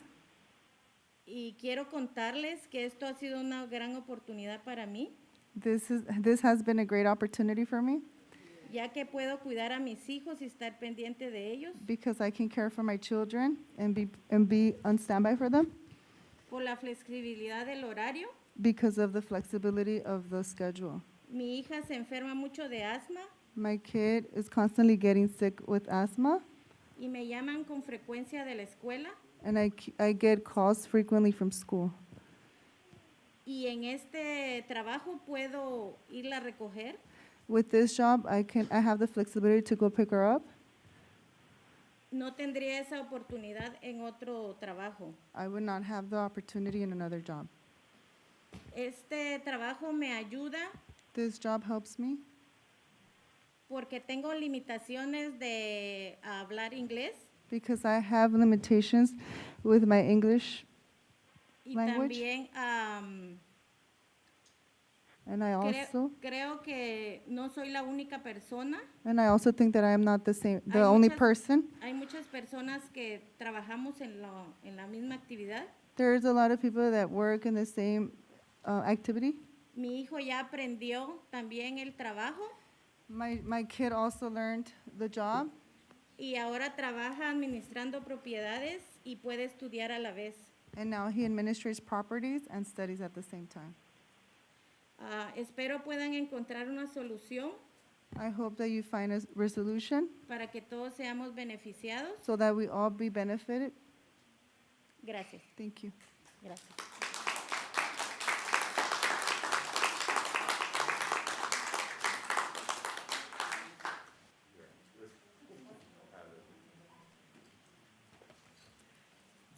If it's okay, may I ask the camera people to keep the camera on the city council so that I can relate more to them instead of to the audience members? I would appreciate that, please, and thank you. Wait a minute, what was that, did you say, ma'am?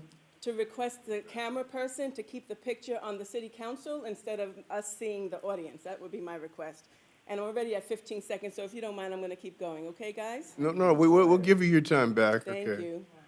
Good afternoon, Mayor Butts, City Council members, and my fellow Inglewood community members. My name is Consuelo Davis, and I'm a first-time homeowner at last. And I purchased a duplex property in the city of Inglewood 4 years ago. I live in the front house, and after obtaining numerous city building permits and passing stringent inspections, I was able to complete an extensive and expensive renovation of my back guest house. This allowed me to establish a short-term rental business, which I have successfully and safely been conducting for the last 3 years. I recently received a very upsetting cease and desist letter saying that I was in violation of the City of Inglewood's moratorium on short-term rentals. I researched the issue further, and I read the notice which stated on February 1st, 2022, the City Council adopted an ordinance imposing temporary moratorium on the establishment of further short-term rentals in the City of Inglewood that prohibited party houses and the establishment of a requirement for host platforms to immediately transmit the TOC taxes. So today, I'm here to get clarification of why I received this letter. May I please see the City Council? That's who I'm looking for to talk to. Okay, so I'm going to, Hold on, can you not interrupt me? I promise. I'll be no, here you for asked the my 2 question, and we're going to give you the time. The person that's ultimately responsible for paying TOT is the person that's making money, so that's the host, that's you. And what we're doing is we're asking first, if you went through a host platform and they collected fees and they collected TOT, then they should remit it. And that's all that meant. But I'll give you another 15 seconds, go ahead. Thank you. But so what I'm asking for is to grandfather the people who currently have, where is my city council? To grandfather, thank you, the people who already have reservations into the summer to be grandfathered into, and not to have to be affected by this moratorium. It makes me lose so much income. How do I pay my mortgage? Okay. And I did my due diligence when I purchased Okay, so my house I'm gonna 4 years ago, interrupt and ask you a when question. let me just So what ask- you're oh, asking please. for, as I hear you, is that those people that have already booked, Correct. you're asking that they be allowed to continue on, provided, one, that they meet the inspectional requirements, two, they pay their business license tax, three, they remit their TOTs from January 1 on back. But you're asking that if people comply with that they be allowed to honor the bookings that they've made. And Mayor, if I could add, Please. it's also that she would qualify under our proposed ordinance, because it sounds like she actually does, living in a duplex, living in one and renting and using the second one as a short-term rental. So I just wanted to say. So you can have some more time to talk, but we just want to make sure we understand you. Thank you, I appreciate that, because this way I don't lose the income, and other people who already have bookings don't lose their income because of this targeted letter that said cease and desist immediately or else. And so I'm happy to pay anything. I understand the regulations, but instead of a letter that said do this or else, you could have said, dear Ms. Davis, we're doing Ma'am, what was your name? What was your name? Consuelo Davis. Consuelo, let me tell you something. You know, letters are one size fits all. Public hearings are just what this is for, to get your input. And one thing I'm glad about that letter, it got you here, because your input is very valuable. And we really thank you for it. Thank you. All right.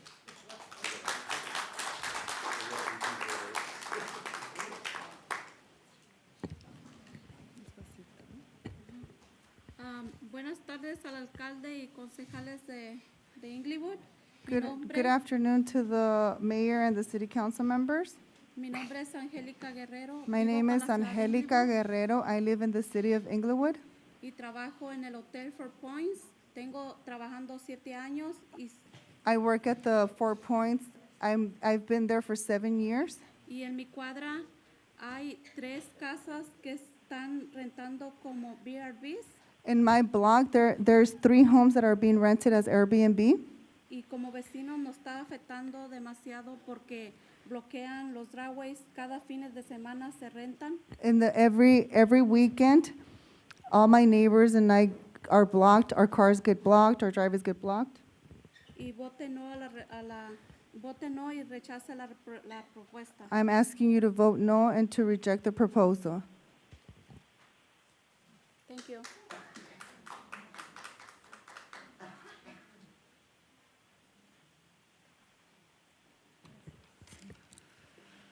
Buenas tardes a todos. Good afternoon to all. Mi nombre es Alejandra Siciliano. My name is Alejandra Siciliano. Soy trabajadora hotelera en Fort Point by Sheraton. I work at the 4 Point by Sheraton. Hace 14 años I've been there for 14 years. Por favor, rechace esta propuesta. Please reject this proposal. Los alquileres de corta duración The short-term rentals son una de las peores amenazas are one of the biggest threats para los trabajadores de la hotelería, for hotel workers porque se apropian de nuestras viviendas because they take our homes y las convierten en alquileres turísticos and they convert them in tourist hotels, destinations que compiten con nuestros puestos de trabajo. that compete with our jobs. En Santa Mónica In Santa Monica, aprobamos una ley de viviendas compartidas we supported a law for short-term rentals que no permiten que las unidades de vivienda that don't let the short-term rentals, se utilicen para turistas. that don't permit the short-term rentals be used by tourists. Inglewood debería ser un líder Inglewood should be a leader en este tema in this issue, aprobar regulaciones aún más estrictas to approve regulations para proteger las viviendas y los empleos de hotelería. to protect homes and hotel jobs. Ma'am, would you translate this for her for me 1 second? Yes. Okay, I definitely hear you about Santa Monica. It's been 15 years there. Here's what I know about Santa Monica. There are thousands of hotel rooms in Santa Monica. There's no equivalency between the housing makeup there and here. And so we have to come up with policies that benefit our residents as well. And the reality is, we just don't have that many hotels. So I do hear you, I understand your position, but we're not going to be making policies the same as Santa Monica, a city with thousands of hotel rooms. So I just wanted to let you hear that. All right, thank you very much. Ya, solamente quiero pedirle que rechacen esta propuesta y que voten no. So she just wants to ask to reject this proposal and to vote no. Okay, thank you. I like it when people get to the point. Mayor, we have speakers on the line. Is there any more there? Okay, we're gonna exhaust the speakers here. Okay. Okay, we're through with the speaker. Okay, go ahead. Good afternoon, Honored Mayor, Butts, and City Council members. My name is Luis Mendez. I live on 942 South Rosewood, Inglewood. I've been living here for over, I think, 10 years now. I've worked with my council member, Mr. Morales, for quite a bit. I'm actually in the process of building an ADU. So I'm here just to express my thoughts.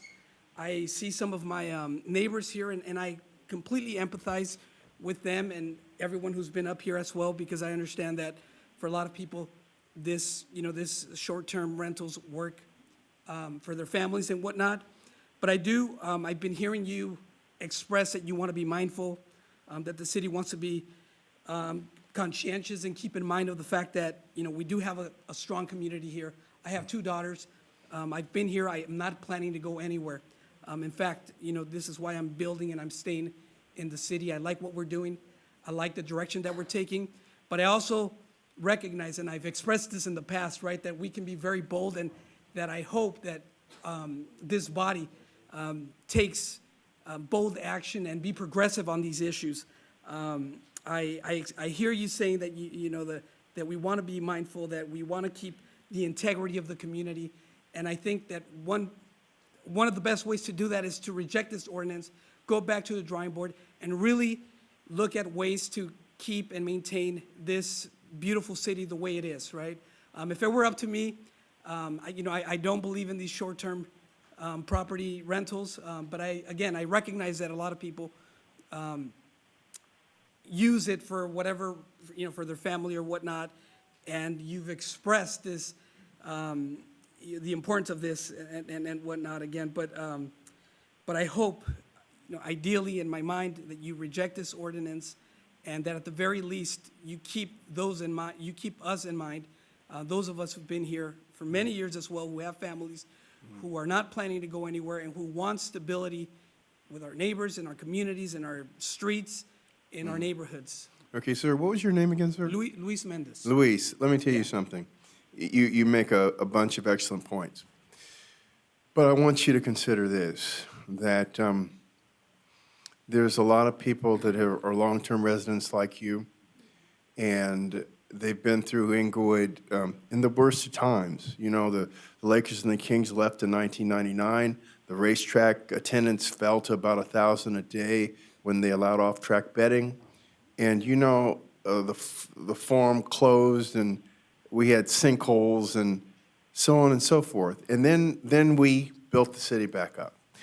Do you think it unreasonable that some of your neighbors, some of our residents, be allowed to participate in some small way economically, as long as it doesn't destroy the integrity of neighborhoods, so that they can gain some of this benefit from all that has come to the city? I just wanted to get your thoughts on that. Yeah, no, I completely agree with, you know, I mentioned, you mentioned, right, that you, in fact, I think I wrote what you said, you know, you have to recognize that you have a lot to balance, and I completely understand that. As you balance that, as you work out the details, I hope you do keep in mind, though, that, you know, some of us want that stability. There's been a lot of change in Inglewood. Some of us do like the trajectory, but there is a lot of areas where I think, you know, you can still be bold and progressive. There's a lot of things that, you know, I mean, we can sit down and talk about it, some ideas that we might have. But again, you know, you are the elected body, and I know this is a hard task. You know, I've been listening to neighbors and people that work in the community, that live in the community. So I understand your position. It's not a very easy position. So I admire you for allowing us to speak our minds, and at the very least considering both sides. But yeah, no, if you're asking me, I don't. I'm not in agreement with these short-term rentals. And Luis, let me tell you something. Councilman Morales is going to Yeah. call you, and I look forward to talking to you as well. And Luis knows he can call me whenever he Yes, wants. absolutely. And he belongs to a great family. They actually have a number of homes on that block. It's a beautiful block on Rosewood, beautiful people, beautiful neighborhood. That neighborhood's not going to change. And How come and you never the invited me over? reason we don't invite you because you take up all the you'll do all the talking. Hey, no, listen, hey, Luis. Here's the thing that I'll tell you. Everything loud and clear. We've had this conversation before. The truth is, this particular way we're trying to do it, you mentioned progressive. This is a very progressive way of doing things. You hear that you have a union membership, you hear residents. They're both going into this conversation that this is not perfect, and that's right. You know why? Because it's a very progressive way of doing things. Our motivation here is specifically so that residents that have lived here for a long time can benefit from everything that's happening here. Now, that being said, that's the intention. It will, at times, you know, affect folks in a way that is not anticipated. However, you know, the way we're structuring this, folks like yourself that love the city of Inglewood will be able to protect it when they're included in this benefit. Now, I have received folks, even on your street, that have called and asked about that. And I hope that the folks that do it, and if you look at it, we're basically saying the folks we want to benefit from this live here. Live here. We're not, you heard us say that the folks that created a company, the folks that made an investment, we admire your entrepreneurship, but we are not in the business of selling our neighborhoods. So what we're doing here is actually extremely progressive if you look at all of the other initiatives that are happening in our surrounding cities, some of which were mentioned here.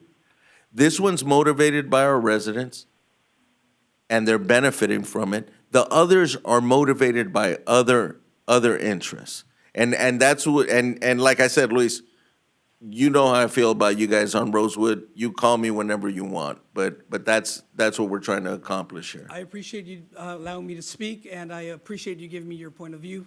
Again, hopefully when, you know, you draw out the details, it's something that benefits us. Thank Luis. you, Yeah. Mr. Morales. Thank you, Mr. Mayor. Thank you, Luis, brother. I want to visit you, okay? So, Anytime. Las Posadas, all right, buddy. all right. They're awesome. Are there any other speakers in the lecture hall?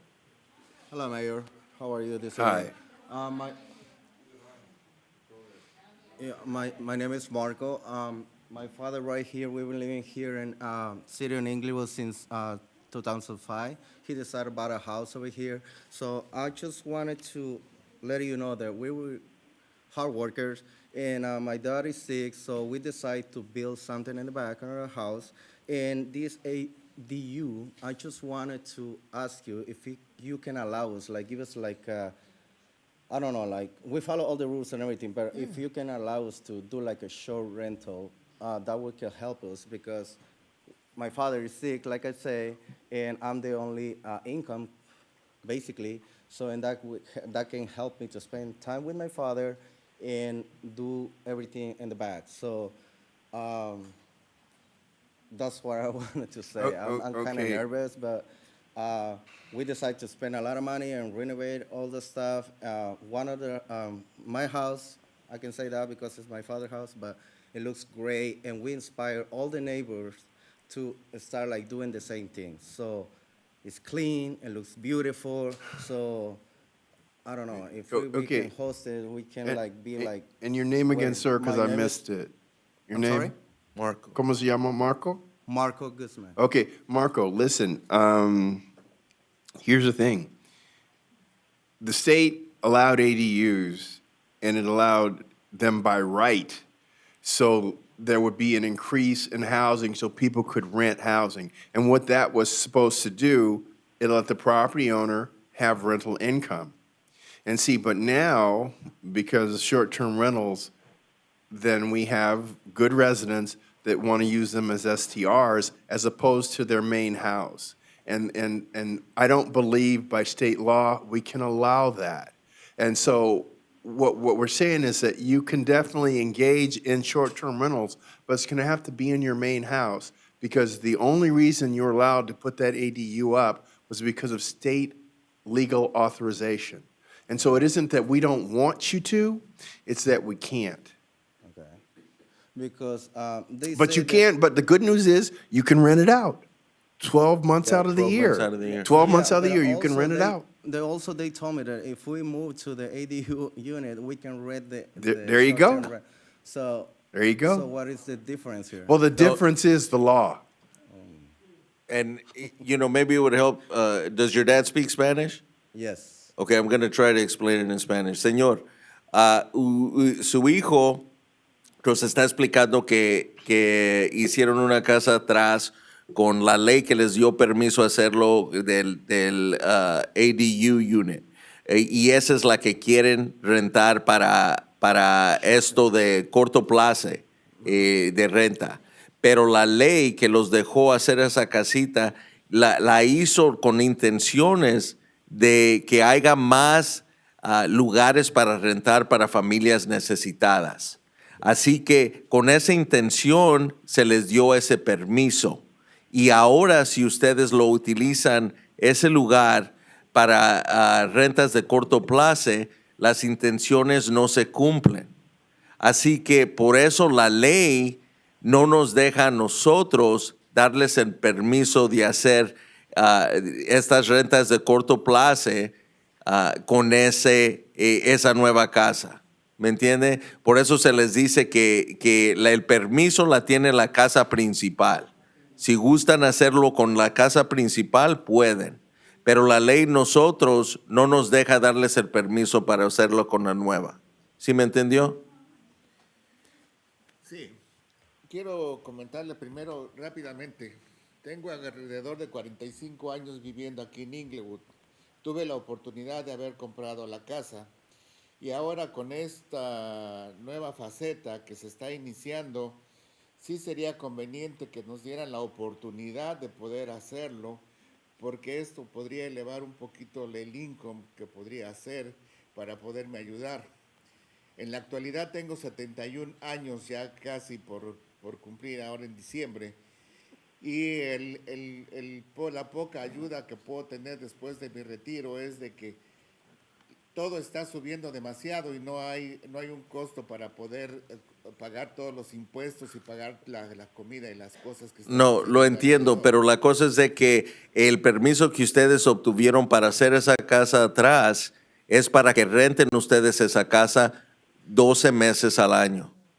Y usted lo que está pidiendo es permiso para hacerlo en pedazos. Y es lo que la ley que los dejó hacer a esa casa, eso no es la intención, es lo que se dice. Ustedes pueden seguir rentando la casa, pero no lo pueden hacer de corto plazo así. No, la ley no nos permite dejarlo. ¿Ok? Muchas gracias. Gracias, señor. Earlier, someone complained about their rent being doubled. That's not authorized under Inglewood law, and I advise you to call the Housing Protection Department at 310-412-4330. Go ahead, ma'am. Good afternoon, Mayor and council members. My name is Claudia Aguilera, and I'm a proud member of Unite Here Local 11. I've been living in the city of Inglewood for the last 23 years. And I just want to ask you to do the right thing here, right? We really want you guys to protect our neighborhoods, to protect our kids. I'm a single mom. I'm always walk with my kids and to walk into the school. And what I see when I walking in the street, I see these people walking with the luggage, right? So how safety is that for our kids to walk us to school? Please protect our neighborhoods by banning unhosted short-term rentals today. Protect our neighborhoods, our children's, and vote no in this regulation. Thank you. Thank you so much. Okay. Welcome. Good afternoon. My name is Christiane Clark. I live in Council District Number 2, and I thank you for this opportunity. Many of my points have already been discussed. However, some interesting things have come up along the way. I am a single woman. I have lived in the city of Inglewood. I bought my house in late 1999. I have lived here ever since. And I have struggled with an amazing amount of money on renovating it. I've had several long-term people in my house. I had such terrible experiences during the pandemic with the long-term person that I switched to short-term rentals because it's much more controlled. I would like to address this last lady's point. The people that come through Airbnb are all vetted. You get lots of information about them. I feel so much safer, and I am in a situation where I am a single woman in a 2-bedroom, 2-bath house with some stranger in that other bedroom and bath. They have to come through my whole house, by my bedroom, to stay there. But all these people are vetted. I have had a couple of problems. I have contacted Airbnb in the middle of the night. They have handled it, so I feel much safer. Secondly, I would like to address the hotel thing because we have a lot of hotel people here. I have over 30 years in the hospitality industry. I have sat in innumerable hospitality investment conferences addressing the Airbnb problem. Here is my takeaway as a host. These are totally different people. First of all, we don't have hotels to speak of in Inglewood. But even if we did, the people that are using Airbnb are not traditional hotel guests. They are completely different. They will not stay, at least for the next 20 years, in hotels as we know them. That's just not the kind of guests they are. So having Airbnb guests in our neighborhood just enhances our neighborhood. It provides extra housing, and it provides extra people who are spending money in Inglewood. It is not hollowing out our neighborhoods. It's not taking jobs away from the hotels at LAX, because I can absolutely guarantee you that I think I've had one guest out of a global, I've had people from every continent, out of the global number of guests who would have stayed in a hotel. They prefer, they are young, they don't have a lot of money, and this is how they travel. They will someday be spending money where all those housekeepers are currently working. So, and I have one more comment, that is in the taxes. I have never collected a dime in taxes because I knew nothing about this. I would ask for some Okay, so grandfathering on the tax thing. here's what you do. You add 15.5% to your bill, and you remit that for your taxes. And to start the business, you go to the business, to finance, you pay your business license fee, and then you get inspected, then you pay your permit fee, and then you're in business, and then you just collect your TOT, your 15.5% on top of the room. And that's what you do. All right, thank you, ma'am, we appreciate you. Thank you. All right.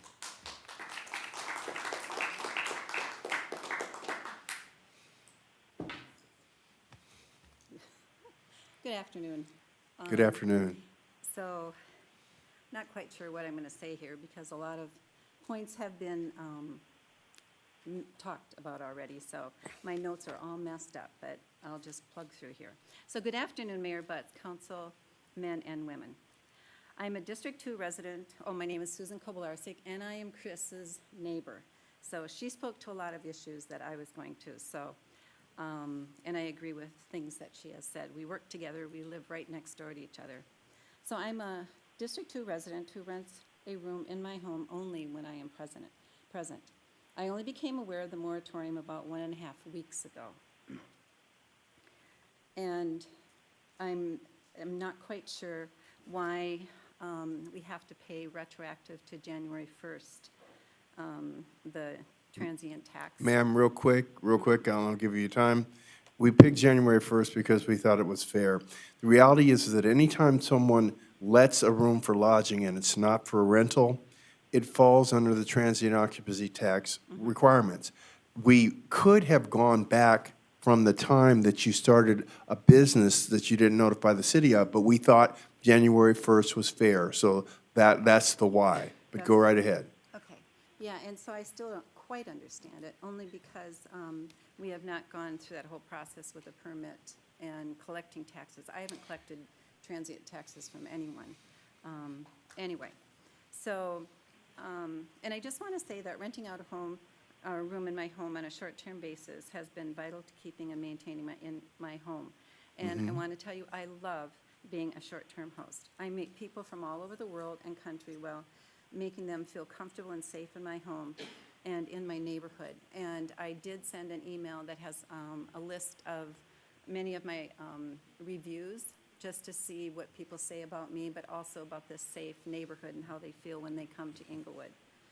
So I also just want to bring up, like Chris said, there really aren't any hotels that I'm aware of within the city that are safe places for visitors to stay. I and others host them. STRs in the city are doing Inglewood a favor so that visitors can stay in a safe place to attend entertainment venues, spending their money attending concerts, shopping, and eating at local eateries. Some fly in for just a weekend concert. And I just want to end with just a couple of things. Because I looked at section 1 in the ordinance, and I just want to speak to a couple. So for C, I do enhance cultural and ethnic diversity. I've hosted people from all over the world, from Asia, Africa, Eastern, Western Europe, South and Central America, Mexico, Canada, as well as around the country. And I also think that the character of a neighborhood comes from residents that interact with each other in the neighborhood. I frequently communicate with my neighbors and am diligent about having a positive effect in the neighborhood. If I felt that my short-term rental had a negative effect, I would not be doing it. And I have also, because of my income from Airbnb, have been able to increase the aesthetic image of the neighborhood with upgrading my exterior with painting, landscaping, and outdoor decor. And what that has done is gotten other people in the neighborhood to do the same. So I want to say thank you for your time, and I learned a lot today, and I'm glad that I came. I'm glad you came too. What was your first name again? My name is Susan Kobylarczyk, and Susan? yes. Susan, so let me tell you this. So if I hear you correctly, you think the ordinance should go in effect which allows short-term rentals, is that right? Well, you know, I do. Yes. Okay. And the second question I had, however, it's my belief a lot of people that have engaged in short-term rentals really haven't saved a lot of the money, and so to have to generate a lump sum retroactive in taxes back to January 1st would be an economic hardship. Is that what I kind of hear you saying? Okay? And so would your recommendation be that that retroactive fee be broken up in some way so that you could make payments and not have to come up with a lump sum? I'm just, I don't quite agree with it, only because we just heard about this, and I just don't, I'm trying, I don't know what the analogy is, but I just can't imagine going back, saying, oh, let's just pick a date and go back to like January 1st. And Susan, let me tell you something, I hear you, but here's the thing that a lot of people don't recognize.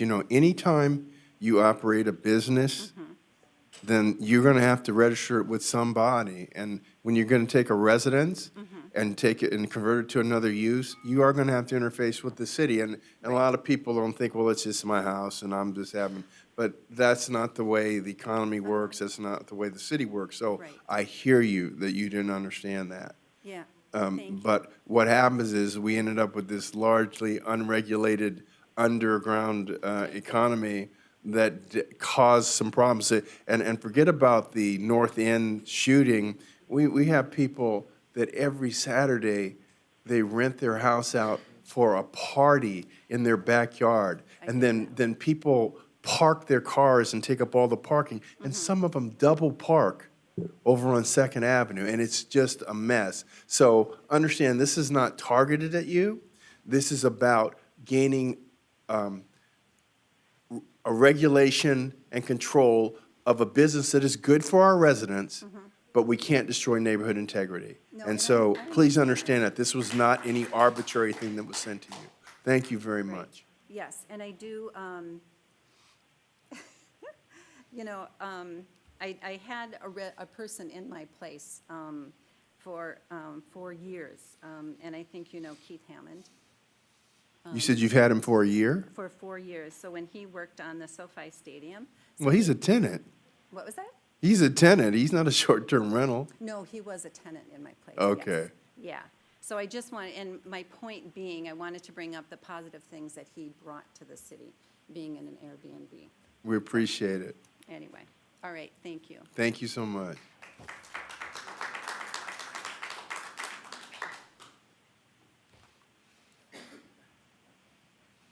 Good afternoon. Good afternoon. Thank you, Mayor Butts and council. My name is Kenmoria Woodson, and I just want to start off by saying you have done an amazing job in Inglewood, and I'm very grateful and proud to say that I live in Inglewood. Hard work, and I just wanted to point out the fact that my guests that have been staying in my short-term rental are not allowed to destroy the integrity of my neighborhood. There is always plenty of parking, there's pride of ownership, and I manage my STR with care. I patronize every business in my community daily. I pay my taxes, and I used to say I live near LAX, and I am truly proud to say I live in Inglewood because I've made a difference in my community.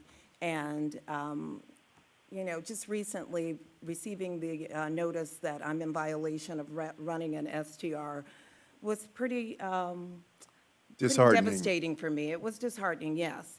And I'm just asking for some consideration because I've gone to City Hall to register my property and try and get permits for certain things, and the staff is rude, or they don't get back to you when you call.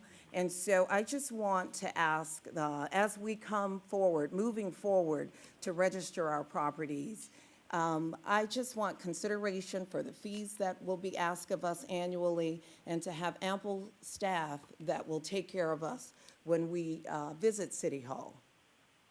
Okay, what was your first name again, ma'am? I'm Kenmoria. Woodworth Kenmoria? Monroe. Hi, Mayor Butts, yes, Woodworth Monroe School. Oh, okay, let me tell you something.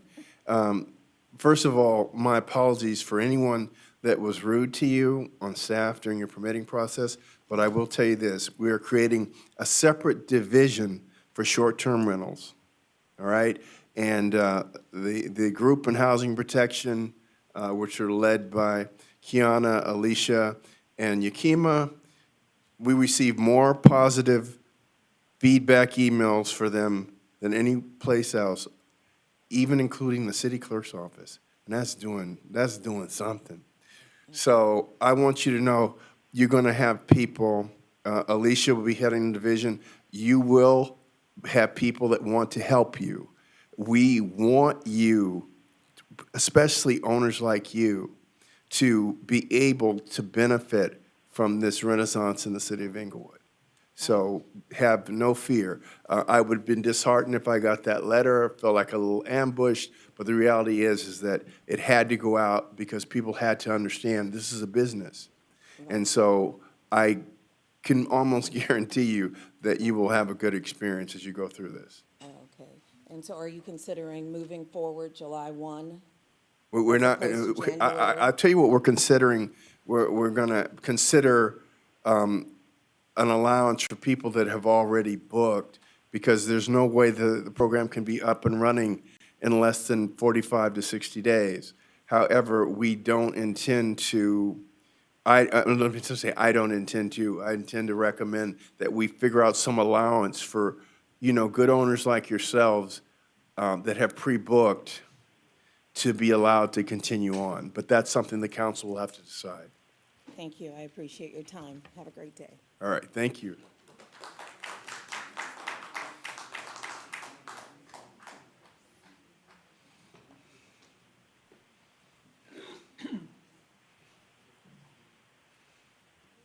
Good afternoon, Mr. Mayor.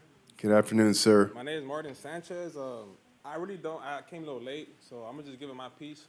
I got my house in 2019, first time buyer. I got a duplex, and since then, during that time it was COVID, so I didn't want to really rent my property out because everything was going on. People weren't paying the rent, so I did short-term rentals. And since then, thanks to the grace of God, I've been paying my mortgage off. I've been doing really good for myself. And then I got a letter from you guys saying that like you guys are gonna be halting the short-term stay. So I'm just here to, just get my take and say that without that, I won't be able to pay my mortgages. And it also helps out my family because they clean my house so that all that income stays in our family and helps us out, pay rent, and, for my mom, for my dad, and for my brothers as well. So, yeah, thank you. That's all I had to say. Okay, Martin, but if you just got here, you missed. Yeah, no, I got here like right after she was about to finish. So I didn't hear the whole lay down. Yeah, well, the thing about it is, we don't want to be a hardship or burden to you, and we want our residents to be able to benefit from the change in Inglewood. And so just, stay tuned to hear what the final ordinance is, okay? Appreciate it. Thank you. All right.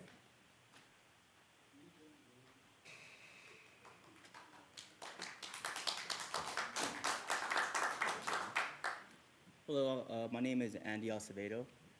Just to give you a little bit of background about myself, I've lived in the city since I was born. I'm 34 years of age. I've been an Airbnb host since 2016. I had the privilege with the income of Airbnb and my regular full-time job to save up enough money to buy my own home here in the city of Inglewood. I've lived in my home for 3 years now. And since 2016, with the help of building my income, I had the opportunity to buy my house. Some of the things that I've heard some of the people say is that we're taking jobs away from them. I highly want to educate you that we are not. My dad works in the hotel industry. He's been a cook at one of the hotels locally for about 25 years now. And I understand that with this pandemic, a lot of people were affected, not just workers from any hotel. We were affected. When I purchased my house, I thought that it was probably the worst time to buy a home just because I had no income.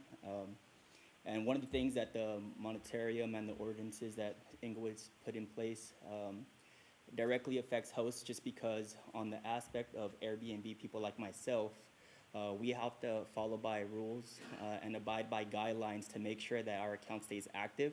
A lot of times we either have 4 or 5 stars. If an ordinance is put in place to the point where we have to cancel, not only does it take money away from us, but it also cause negative impacts such as Airbnb banning us. So I just want you to consider that there's repercussions not only as income, but just in the future on the short-term rentals that we can also be affected and permanently banned from Airbnb. So I just wanted to inform you guys that with the city of Inglewood growing with SoFi Stadium, with the Forum, with YouTube Theater, there's really money to be made for everyone that obtains. Whether you lived here 1 year or 5 years, or 20 years or 50 years, you're still a resident. So I think we should just all have the time to be heard and taken into consideration. We really appreciate the input, my man. Thank you. Thank you. And congratulations on getting the house, buddy. Hi, my name is Sarah Geisler. I wanted to talk specifically. Did you say Sarah? Yeah, Sarah. All right. I just wanted to address a few issues as part of the ordinance, and I'm going to use your own words here that this should be based on research, not on feelings, the regulations that are being made. And I want to address specifically about the ADUs. First of all, I don't agree that it's not allowed with the state code, because there are cities that do allow ADUs to be rented out short-term, such as Los Angeles with certain rules. And research actually shows that less stringent rules on short-term rentals lead to more development. And somebody renting out an ADU short-term, that's not permanent. Somebody could be, that does still increase the housing stock. Somebody building an ADU, that is a permanent addition of housing to the housing stock. So by discouraging people from building ADUs, that doesn't create more housing. So that's kind of one thing that I want to address, and also kind of another. Sarah, we're not discouraging you from building an ADU. They can be rented out. But We're not discouraging you at all. Nobody's discouraging it, but if you want to look at the facts, people who've researched it, that is the research, that people will build more ADUs if you have looser restrictions on how it can be rented out. That's not just my opinion, that's facts. So if you want to increase housing stock, then you should look at the facts, which are that having a little bit looser regulations in terms of how you rent it out, whether it's long-term or short-term, that's going to lead to more housing. Well, stock. Sarah, see, the issue is long-term permanent housing. And so I agree with you. If everybody could have an ADU and have it strictly for short-term rentals, more people would see it as a business. But there's a sociological issue. The issue is the reduction of permanent housing for people. But how So, can you- so wait. I'm going to give you your time. But what I'm saying is, that isn't why ADUs were allowed by right. That isn't why they were allowed by right. It was to make, the state wanted to encourage the production of affordable housing, and that's what it was for. So you and I have no disagreement about the economics of having a short-term rental would make it more of an economic enticement. We don't disagree with that.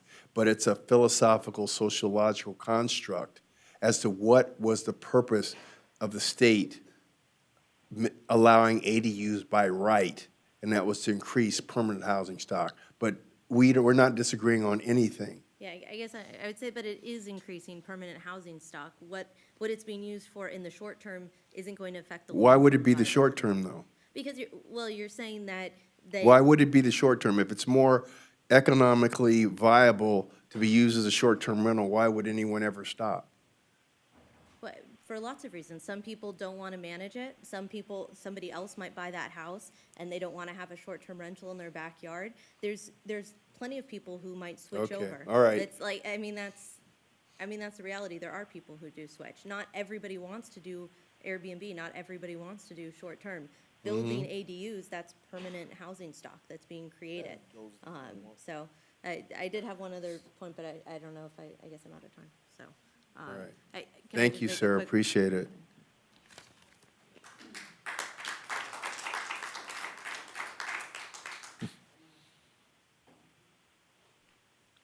Buenas tardes. Buenas tardes. Mi nombre es Dora Hernández y yo vine a la ciudad de Inglewood cuando tenía 17 años. Ahora voy a cumplir 65. Tengo más de 45 años viviendo en la ciudad de Inglewood. Y me tocó ver cuando recién llegué cómo era la ciudad de Inglewood. Y actualmente tengo la bendición de ver cómo ha ido mejorando, cómo ha ido cambiando, gracias a todos los cambios que se han hecho. Soy madre de 6 hijos, ahora ya todos son adultos, profesionales. Yo tuve que trabajar hasta 2 trabajos, 18 horas por día, para salir un poquito de la economía mala que teníamos, mi esposo. él siempre trabajó en hoteles donde su sueldo siempre fue muy poquito y eso no daba para comprarnos una casa. Yo tuve que trabajar muchísimo para que pudiéramos comprar una casa. Ahora donde yo vivo es una casa de 6 recámaras con 4 baños y mis hijos ya todos salieron de nosotros porque unos ya se acompañaron, otros se fueron al Army, otros se fueron a trabajar, ya están en sus propias casas y yo estoy haciendo Airbnb.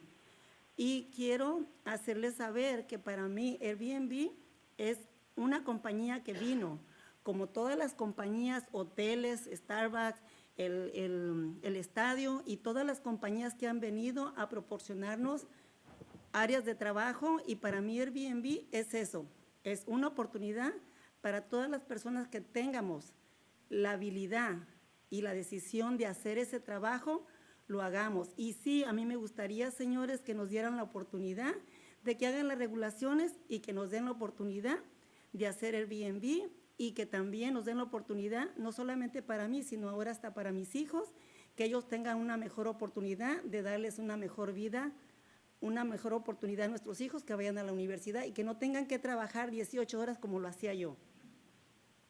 Usted, señora, ¿usted vive en su casa? ¿Perdón? ¿Usted vive en su casa de que usa usted para el Airbnb? Sí. Entonces a usted se le va a permitir usarla para rentarla de Airbnb. So, usted va a estar bien. Si allí usted nomás hace un cuarto que usted renta, lo puede hacer todo el año. Pero si usted renta la casa completa, se le va a dejar 90 días. Está muy bien, muchísimas gracias. Gracias.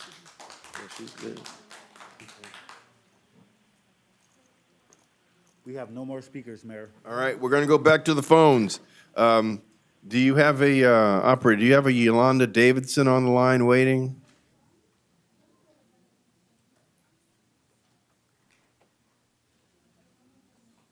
Operator, talk to me.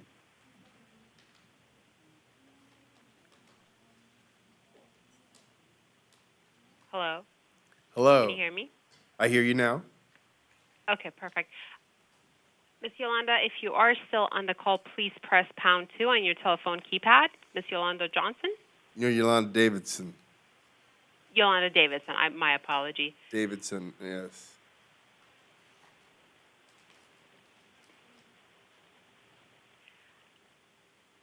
I do not have any hand raised. Okay. Do you have any other callers on waiting in line? I do. Okay, go right ahead. Go to the first caller, please go ahead. Your line is unmuted. Yeah, hi. I'm unmuted, I believe. Can you guys hear me? We hear you fine, sir. Okay, thank you. Thank you for the time. And by the way, my name is Gustavo Gonzalez. I live in council member or Zone 4. I've been in Inglewood since 2016. And I've been listening to you guys for the last couple hours. First, thank you for being very objective. I think you've been doing a really good job of balancing the needs of the community as well as the host. But with that, I've been an Airbnb host for a couple of years now, and the income is helping me, with my mortgage and other expenses. But I wanted to say a couple of things. First is I feel like 90 days might be too short for a full house rental. I think 120 days might be more appropriate. Second, and this is from experience, I had a bad experience, and you were alluding to it. I had a stay where people showed up to party. The whole driveway was taken up. I think I had like 30 cars. I ended up canceling, kicking everyone out. And so my lesson learned for that, and what I'm hearing now, is to consider only hosted listings, like where the host actually lives in the house. Mm-hmm. I can't imagine, I can imagine that situation that happened to me could have turned out a lot worse had I not been here to handle it at the right time. And then secondly, I think you mentioned this earlier, but, considering grandfathering us, coast, like the other people mentioned, it felt like got kicked in the gut when I got the letter letting me know that I was in violation of the city's ordinance. I made visits to the city, tried getting a permit. They told me there was nothing they could do. There was no ordinance on short-term rentals, and I tried. It wasn't possible. So I left it at that. So when I got the letter, I kind of felt, a little bit betrayed because I was trying to do the right thing. So with that, I think overall you are doing the right thing. I would just consider grandfathering in for those who have been doing it, with the taxes that need to be repaid. Stay on the line with me for 1 second. So, as far as that word betrayed, that it hurt me because betrayal is such a harsh word. I'm sorry, that was strong. It felt like a punch in the gut, I get it, the right thing. but get this now. There's not going to be any grandfathering, but we will be considering here at the dais ways to make the impact less onerous upon you. Because grandfathering is such a total comprehensive word. It basically says everybody that's done anything ever, it's okay. And we can't do that. But we are going to be considering. Definitely. We're going to consider ways to make it fair as the council sees fair. And that's going to be a part of a robust interchange between us. But however, I don't like the word but. However, I want you to understand that you have been heard. And we're going to try to make a comprehensive, balanced, and fair policy. No, and I'm glad to hear that. And overall, everything I've heard, I think you're making a fair choice, fair decisions here all around. Especially it's a business. We have to pay taxes. Retroactively, you have to pick a date. But let us pay in payments, not a lump sum. That's a big lump sum. I don't think that'll be a problem. I know you're going to do the right thing, and thank you. That's all I have. Thank you so much. Next caller. Let's move to our next caller. Your line is unmuted. Please go ahead. Awesome. Hello. Can anybody hear me? We hear you just fine, sir. Okay, fine. I'm Mr. Mosley. Been living in Inglewood since I was 20 years old. I'm about 43 now. Now, a lot of times when the advent of technology happens, people who need to be a part of that are usually left out of that. We've seen that with the cannabis industry, et cetera, et cetera. We can go on and on. What I've been on this phone for 2.5 hours, and what I have not heard is the actual rents in Inglewood have probably tripled or quadrupled since I was renting in Inglewood.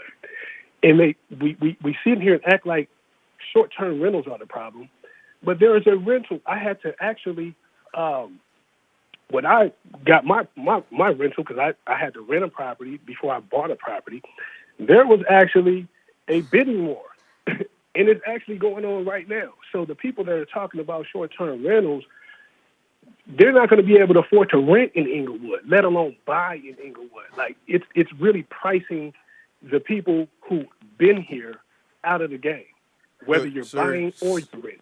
Sir, let me hold on 1 second now. Let me see if I understand you. You said you've lived in Inglewood since you were how long? Since about 2003. Okay, I started living here in 1972. And there's one thing that we can agree on. Prices go up, and I'm not being facetious. I started as a policeman here, making $888 a month. Okay, less than $10,000 a year.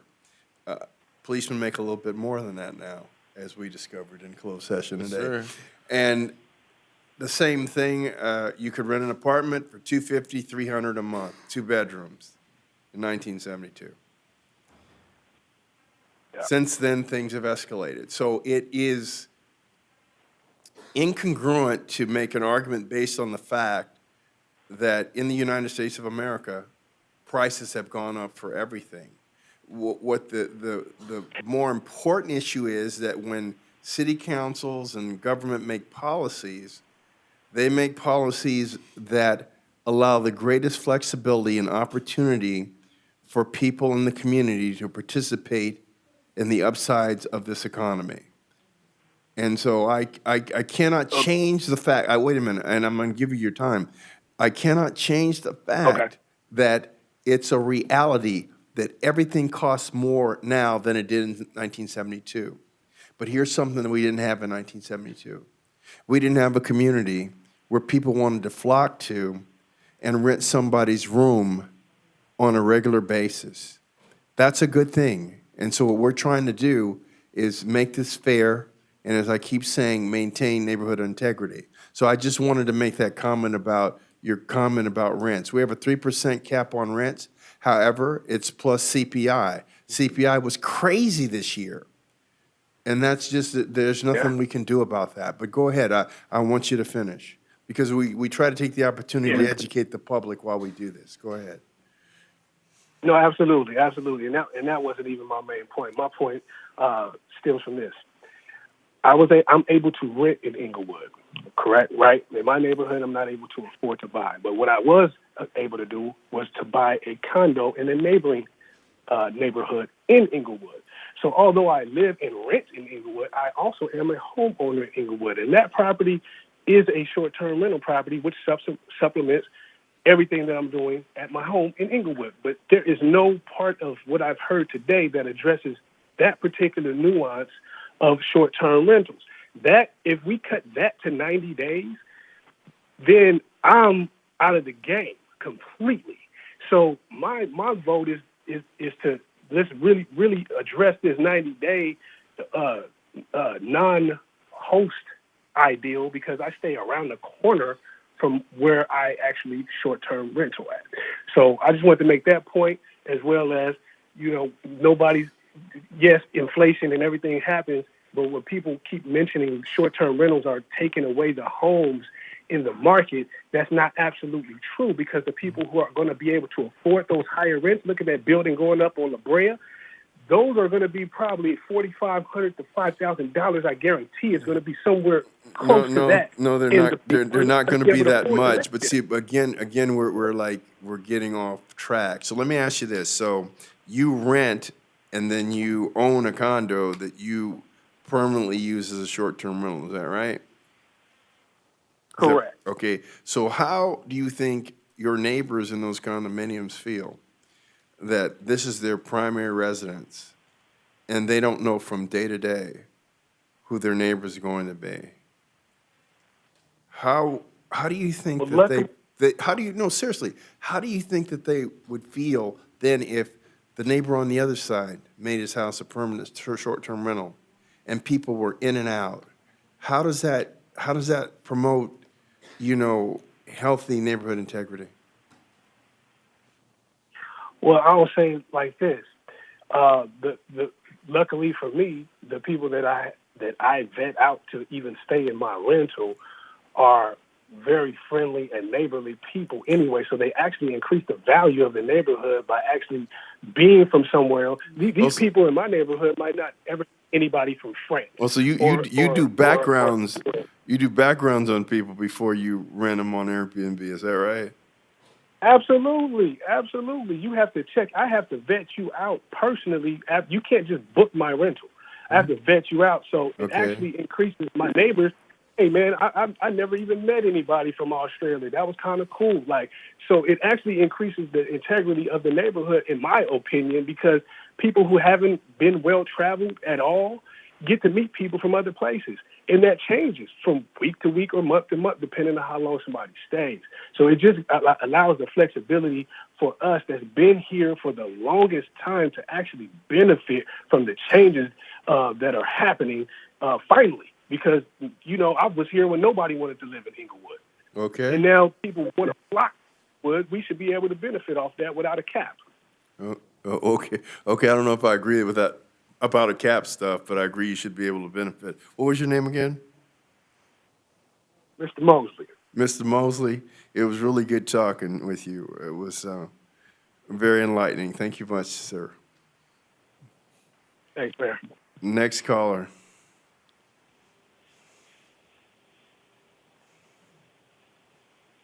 Your line is unmuted. Please go ahead. Hi, can you hear me okay? We hear you just fine, sir. Thank you, thank you. My name is Bernard Tolliver. First, I appreciate the mayor's and council's consideration for the short-term rental ordinance. For the record, I support a new ordinance, and I ask that all primary residents be allowed to provide short-term rentals for home sharing. I'm a proud owner-occupied single-family home owner and happy to work from home 95% of the time. On my property, I have a permitted guest house that is not an accessory dwelling unit by law, that is not intended for permanent residency by vested use approval, and I believe this is the perfect example and model to supplement my mortgage while not taking away from permanent housing, if allowed. I ask permitted guest houses that are not considered accessory dwelling units by vested use code or approval be named in the ordinance as approved to home share where applicable, so there won't be any misunderstanding if you think that is needed. With inflation causing a burden on everyone's high gas, rise in interest rates, and likely recession looming, this is the perfect way to allow the additional money flowing into Inglewood, and thanks to your leadership for that, to let homeowners get a part of this while also preserving our neighborhood. Responsible homeowners better their neighborhoods with cleanliness, improvements made to their homes, and also vetting and monitoring their guests. Responsible homeowners should be allowed to take part in home sharing, not party houses. I live literally down the street from that shooting reference, and we know the difference between home sharing and party houses. Airbnb does not allow parties or party houses, and anyone in violation is banned from Airbnb. Short-term home sharing is completely different than party houses. Again, thank you for your leadership and the interaction you're providing to us, because you don't have to provide this interaction in education. I look forward to paying applicable taxes and fees to support my city and beautify my neighborhood and property. Thank you very much for your time. We really appreciate your call, sir. We really do. Thank you. Thank you. Next caller. Your line is unmuted. Please go ahead. Hello, my name is Allison. I am with Better Neighbors Los Angeles, and I'm calling to tell you that unhosted short-term rentals turn housing into tourist accommodation, accelerate gentrification, and raise rents for all, exacerbating an already existing housing crisis. Furthermore, the enforcement outlined in the proposed ordinance is not strong enough to deter bad actors and corporate developers from converting entire apartment complexes into tourist accommodation. We heard from one host today that operates 6 short-term rentals across the city, and that is space that could have housed 6 families in Inglewood. The residents and renters of Inglewood deserve better than to be priced out of their homes by developers whose primary interest is to profit. We are requesting that Inglewood City Council look to Santa Monica and ban all unhosted short-term rentals, including vacation rentals, and prohibits short-term rentals in rent-controlled housing to ensure that affordable housing is used for tenants and not tourists. Thank you. Okay, so let me see if I caught something there. You said you know someone that owns 6 properties in Inglewood, and they don't live in any of them, and they're all short-term rentals. Is that what you said? I said we heard from somebody today that told us that. You heard from somebody today. That's a lot different than it being reality. So we would disagree with that. However, I'm going to say once again, our objective in Inglewood, and I spent 15 years in Santa Monica as chief of police, is not to mirror Santa Monica. Our objective in Inglewood is to make Inglewood the best city that it can be, with the greatest opportunity for our residents that we can have while maintaining our neighborhoods and the integrity of our neighborhoods. So we definitely appreciate your comments, but our objective. She owns 6. Oh, you own 6. No. Oh, but we already told her that that's not going to work. So you heard her say that, and we told her directly that's not going to work. So we agree with you. Thank you. But we want to thank you definitely for your comments. So I misunderstood you. I thought you said you heard that somebody. No, that is not acceptable. Thank you. Thank you. Next caller. Please go ahead. Hello, can you hear me? We hear you just fine, ma'am. Hi, Hi, good afternoon, Mayor Butts and City Council. This has been so helpful to be able to listen to you guys this afternoon. Thanks so much for your time and even taking all these comments.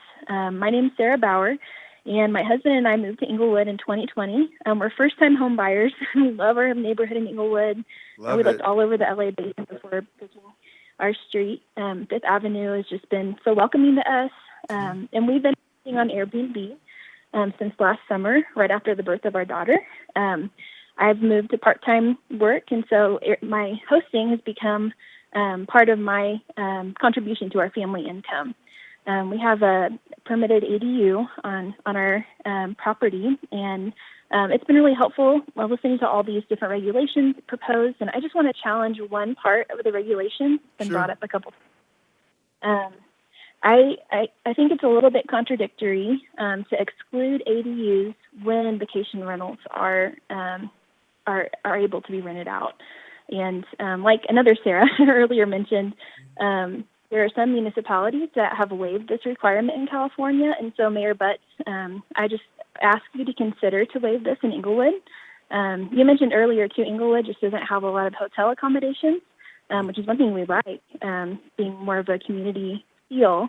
And so I think we're a unique municipality in that way. And so an ADU could be a great way to provide that housing, the short-term rental housing, without having to build a lot more hotels.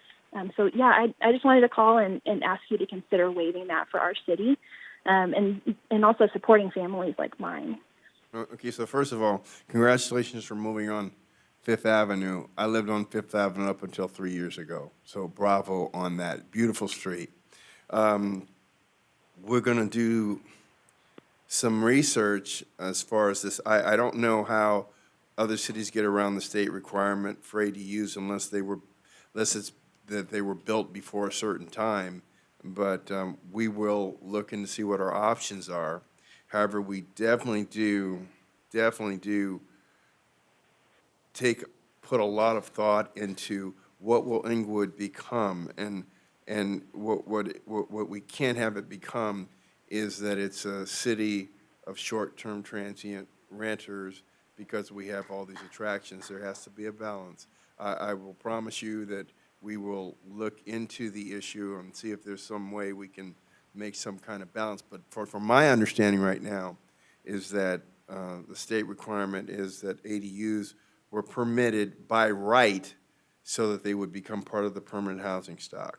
If our research shows us a difference, we'll think about it. But it's a policy decision. It's a huge policy decision. Mayor, if I could add that something, since we're talking about ADUs, I understand where folks are coming from that put it in as an investment.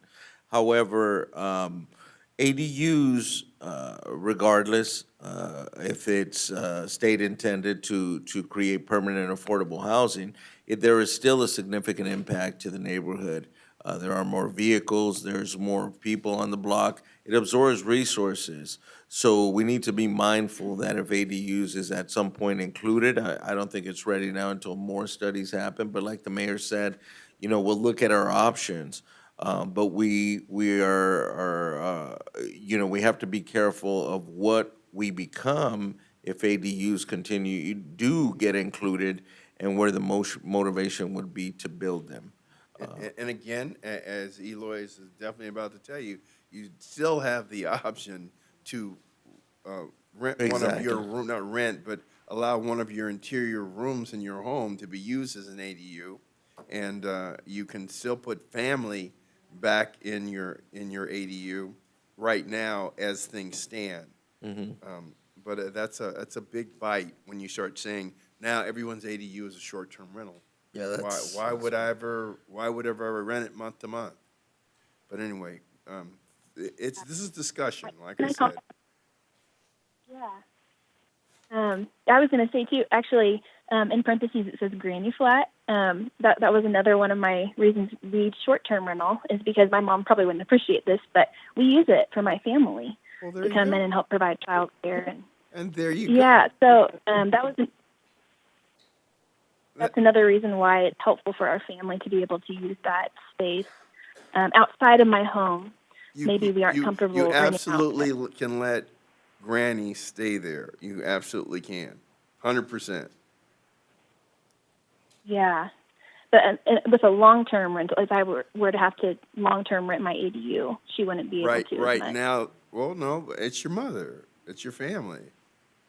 Your mother can be there whenever she wants. You don't have to charge her. Yeah. I stopped charging my mother a long time ago. Yeah. If she's there for free, you could do it all year. All right, thank you Yep, very as long much. as you help. Thanks so much, Mayor. All right, thank you. Next caller. Please go ahead. Good afternoon. Good afternoon. Good afternoon. Thank you for taking my call. My name is Raina. I grew up in Inglewood. In 2017, I invested in a 3-unit apartment building. The investment I made was paid with years of hard work and sacrifice. I invested tens of thousands of dollars renovating and furnishing one of my units, which was vacant at the time, to use as a short-term rental. The extra income I generated over the past few years has helped me offset and subsidize the rent in the other 2 units, which house long-term tenants whose rents are below market value. Okay. The ban will cause financial hardship for me and my family, as you keep hearing over and over from many of us. So how many and units is it's your building? How many units is your building? You're going to be allowed to, as long as you live on the property, One you're of going to them. be allowed to use one of them as a short-term rental under what's proposed. I do not. I no longer live on the property. I have since, Oh. based on That's my it. income and based on the opportunities that the rental has given me, have been able to, move on to a better situation for me and my family. Okay. I also want to say that the ban, as it is, will result in higher rents for my existing tenants, and it will result in me having to let go of several employees who help me manage and clean the rental. It will not result in me making that unit available to market, as I intend to keep it vacant if I'm forced to shut down my short-term rental. If you impose the proposed ban on apartment units like mine, So real quick I though, how does that help you economically if you keep it vacant? If you're not allowed to use it for a short-term rental, I'm a little perplexed. How does that help the economics of it? I'm so glad you asked that question. It doesn't. Okay. But I fear the prospect of renting under regular rents, having just long-term rental, because my rights as a landlord, I feel like almost no longer exist. The tenant has more rights than I do as a property owner. So I would rather keep it vacant than have to deal with a problem tenant. And in all honesty, I almost feel like it would be my way of protesting, because, Okay. That's your you know, choice. yeah, That's your choice. yeah, correct. So there are hundreds of mom and pop operators like me in the city. We're not commercial operators. We're responsible landlords and hosts. Those of us who have made the investment in our short-term rentals and who launched our short-term rental units at a time when doing so, as far as I knew, was perfectly legal. I don't understand why you wouldn't consider grandfathering us in, because we've already put in the effort. We've already put in the time. We've already invested the money. We have great reputations with our neighbors, with the people who stay in our Airbnbs. We have a track record to prove that. We pay our taxes. We're more than happy to pay the taxes that the city requires us to pay. So please don't require me to live on site in order for me to operate my business, and consider the other small business owners in our neighborhood who benefit from the tourists that our units host. Consider the hundreds, if not thousands, of employees because of our short-term rentals. 100. Okay, but you're out of time. But let's like dissect what you said. You can no more open a business without checking in and getting a business license then someone can open up a liquor store, and then the city doesn't catch it, and they sell liquor, and they don't have a liquor license, and then a year later, we come and say, no, you gotta have a license from alcohol beverage control, and you gotta pay business taxes and so on and so forth. Cannabis operators are not All due allowed. respect. Wait a minute, you're interrupting me, I didn't interrupt you. Cannabis operators are not allowed in the city of Inglewood. We find cannabis operators all the time, and we shut them down because there are regulations. So I didn't want to do that. I let you speak because I didn't want to debate this, but I'm saying your position that just because you've been able to do it and never filed with the city and never paid applicable taxes does not make it by right. And it'd be the same way as us taking that liquor store and said, well, we didn't catch you for a year, so you go ahead and sell liquor. It's just, that isn't the way things work. So what we want to do is we want to work with you as best we can. But if you have the position that you want to protest the city by keeping a unit vacant, I don't know that we're going to be able to come to some reasonable accommodation. And Mayor, if I can add, only because the public needs to hear both sides. The truth is, you no longer are a resident of the city of Inglewood, and while it's great, we salute your entrepreneurship to buy homes and rent them. The truth is, a short-term rental does impact our community. It does impact it on a daily basis, and in order for us to absorb that, the benefit has to stay here. The benefit has to stay with one of our residents, which is motivating our ordinance today. So that being said, I mean, it's great you are doing great and you're moving on, but that's what you're doing. Your choice as a landlord is to keep your property vacant, keep it full. That's your choice. It really it doesn't impact anyone but you. Now, I do want to point out the fact that one of the reasons that you're doing very well is that it appeared, from what I recall, you purchased your property in 2016. And because of the decisions made up here and the way the city is moving, your property has at least doubled in value, if not more. So I don't want to leave this conversation without saying that Inglewood has been very good to you. And congratulations for that. That's all, Mayor. Thank you, ma'am. If I on You Mayor Buck. I'm sorry, ma'am, but this is not like meant to Back be a and forth. debate. We listen to you more than your time, and we just try to dialogue with you. Operator, next caller. I've been waiting. Please go ahead. You're unmuted. Hey, Mayor Butts, it's Yolanda Davidson. See, we got you right. Because I called you from my husband's phone. No, that's not true. Well, maybe there's something wrong with your phone. We definitely haven't blocked you.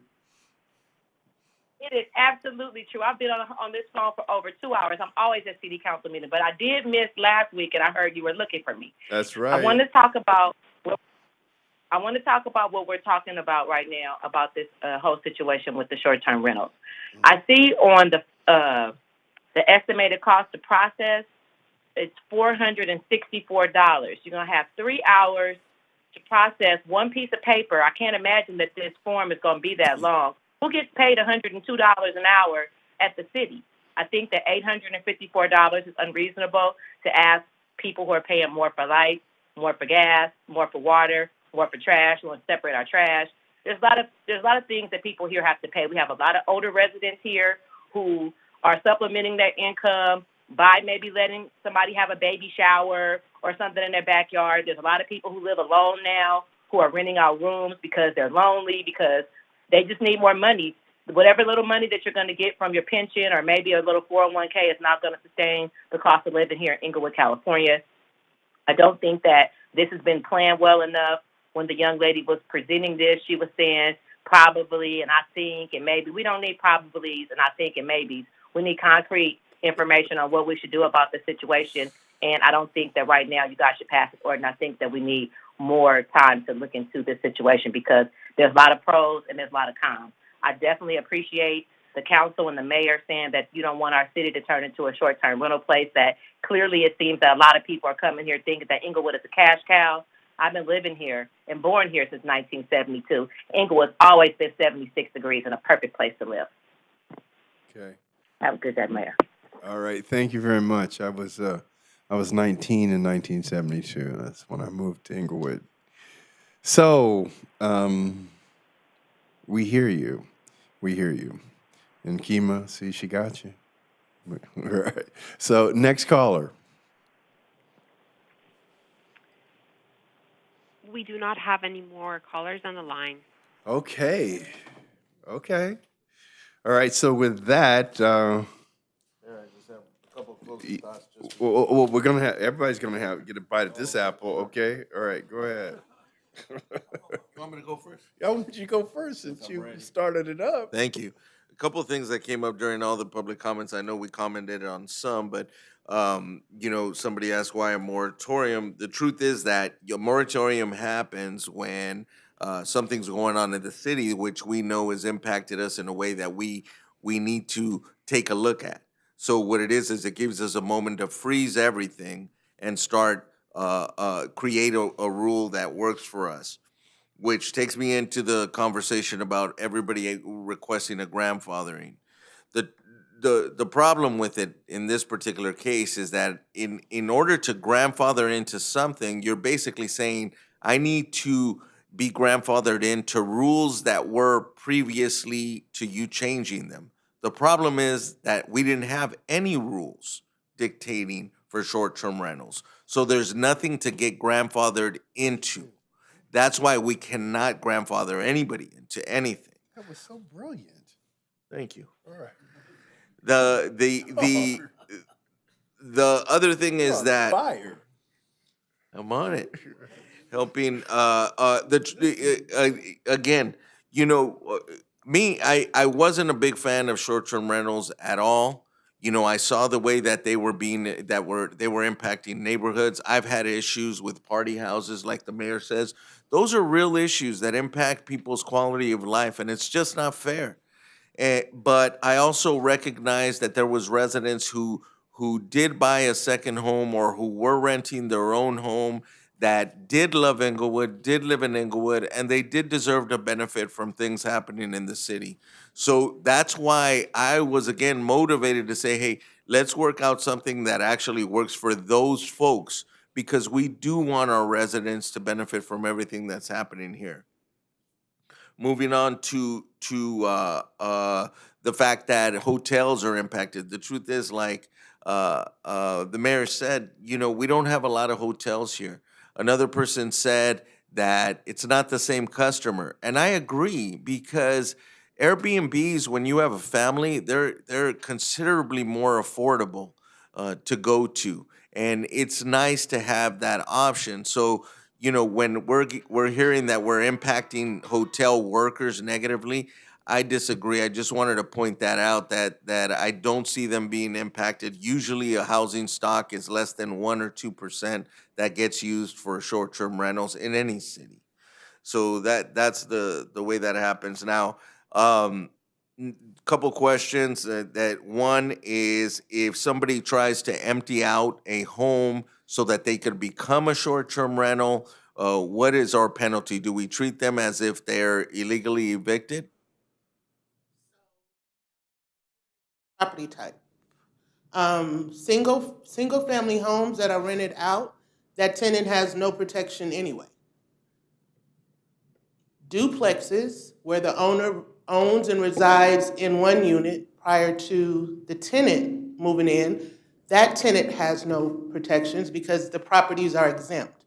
However, with the duplexes where the tenant moved in before the owner, triplexes and fourplexes, let me not think, if they would violate We'd the actually ordinance. appreciate if you think. Let me not say I believe, but if the owner is not allowed to evict the tenant, well, now you have to have a reason to evict the tenant. Yeah. So you can't evict the tenant just because you want to do an STR. And you know what, Ms. Decatur, thank you, because what I wanted was for someone to Decatur. I call her by her first name, I'm sorry, but look, what I wanted to point out, I wanted to just ensure that we actually have a process of enforcement if that happens, because it came up in one of the public comments. So thank you for that. You've clarified that. And then one more thing you can clarify. One gentleman came up and said we have an accessory dwelling unit that we use. Now, I believe that falls outside of the ADU units because the ADU qualification should have been a date certain where we adopted an ordinance that allowed it. So anything that was prior to that should not fall under the ADU. Am I accurate there? I would say that additional research should be done so it can be verified. Yeah, That's but right. if it's a permitted dwelling, accessory unit, it falls outside of the ADU prohibition is what I'm saying. You're saying if it was done by permit. Yeah, As before. opposed to by right when the state Exactly. enacted it a couple years ago. Exactly. That it is just a property that was Exactly. permitted. It's an addition Now, to a I will tell property. you that makes sense. Yeah, so that was a good question, I thought, when he asked. I said, well, if somebody built something in their backyard, either conversion or whatever by permit, And 10 not years by right ago, by and the not law. by right By under the the law. ADU law, they should not be prohibited, and I agreed with that, and I would like to include that. That's why I'm bringing that up. You are on fire. That's, and I'm done. That was a good close. Well, Mayor and council members, Well, so here's the thing, but, so basically what we're saying is that we're going to do research and we may be actually able to split the baby, even though Solomon says you can't do that without the baby dying, that if indeed that ADUs that were not built pursuant to the by right provisions of state law, Previously called accessory dwelling unit. that those may be able to be used as STRs, but that's a decision we'll have to make. So, thank you very much for that. a decision you would have to make now. Fairly rapidly. Right, because I believe it's in the ordinance to Yeah, it include is. those other types. I did see that, but I was like, that is what you're talking about in the ordinance. Okay, so we're good. I We're good. We're good if it's legal. If it's, of course, if it's illegal. All right. If it's illegal. If it's legal. Okay. I have a question, Yeah. just so I'm on the same page. If it's an ADU that wasn't called an ADU back then. Yeah. And it was allowable and That was built permittable. by permit. Correct. They should be allowed. Yeah. Then I don't believe that's what the ordinance is saying, because it's including those in the prohibition. Yeah, so no, they shouldn't be included because if they were built before the ordinance we passed that qualified something as an ADU, they're not an ADU. But we have to be certain of that. No, but I just want to make it clear that, that would be, in my opinion, unfair to include them in the prohibition of an ADU if they are not under the ADU requirements, if they weren't built, they were built in completely different intentions with completely different rules permitted by our planning department. So I just say, I would like to include them. The whole issue is that since you can't make ex post facto laws, and the state did pass a law that made the construction of ADUs by right, however, those ADUs have to be housing stock. And so what you're saying is if we find that the law only covers ADUs built after a certain day, and it seems that it would only include those that are constructed by right, that waive setback requirements. And so on Exactly. and so forth. Parking requirements. And so on and so forth. And so, but any other ADUs built in accordance with the city's permitting requirements, it seems like those would be exempt as well. Exactly, they would be allowed, and I think Alex called them granny flats, and that's back then, right? Yeah, so those are the ones I'm talking about. Being included and I can- So anyway, here's a change. We're looking into allowing ADUs that were built in accordance with the city's permitting requirements that weren't built by right by state law, which had certain restrictions on them, that those could be allowed to be short-term rentals. Yeah, and I think as Okay. long as they're permitted, we should include them. Alex, but, and I don't know, I looked at, the old Google search about ADUs, can they be used for SRTs? And it says basically yes, no. It depends on what each individual city wants to do. So that's a decision that up here on the dais we'll have to make is do we, Inglewood, want to do that? And, and that's a discussion that we're having. I can also say that going back, folks always want to, and sometimes we too, we compare ourselves to other cities, but we're unique in the fact that we are going to do what's best for the city of Inglewood. We are not Santa Monica. We are not the city of Los Angeles. We are better than them. And I know I'm going to get some phone calls from folks in Santa Monica. Yeah. You are not, but I'll go toe to toe with them. But each city is different. When we make a decision up here on the dais, we make it on what's best. And we've always said this, what is best for our community? And I got to tell Kima and her staff, Alicia, all them folks, you guys have really put a lot of work and effort into the staff report. I mean, there's a lot of moving parts that we are, chewing on, that we're looking at, that the community's really looking at. And I really appreciate everybody that came out to the library, the folks that hung out on the telephone for they said, what, like 2 hours for them to have their opportunity to speak their position on this whole thing. And so this is, again, something that really, truly, we're not trying to take away opportunities for folks to provide for their family.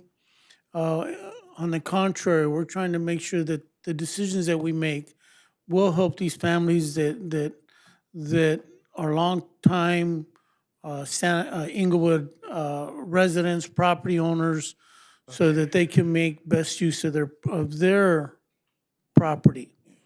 And part of that, I reflect back to when we had these discussions regarding rent control and how we did that to be able to provide housing for folks. And we went even a bit more strict than the guidelines that were presented, and you did another great presentation at that time, Kima.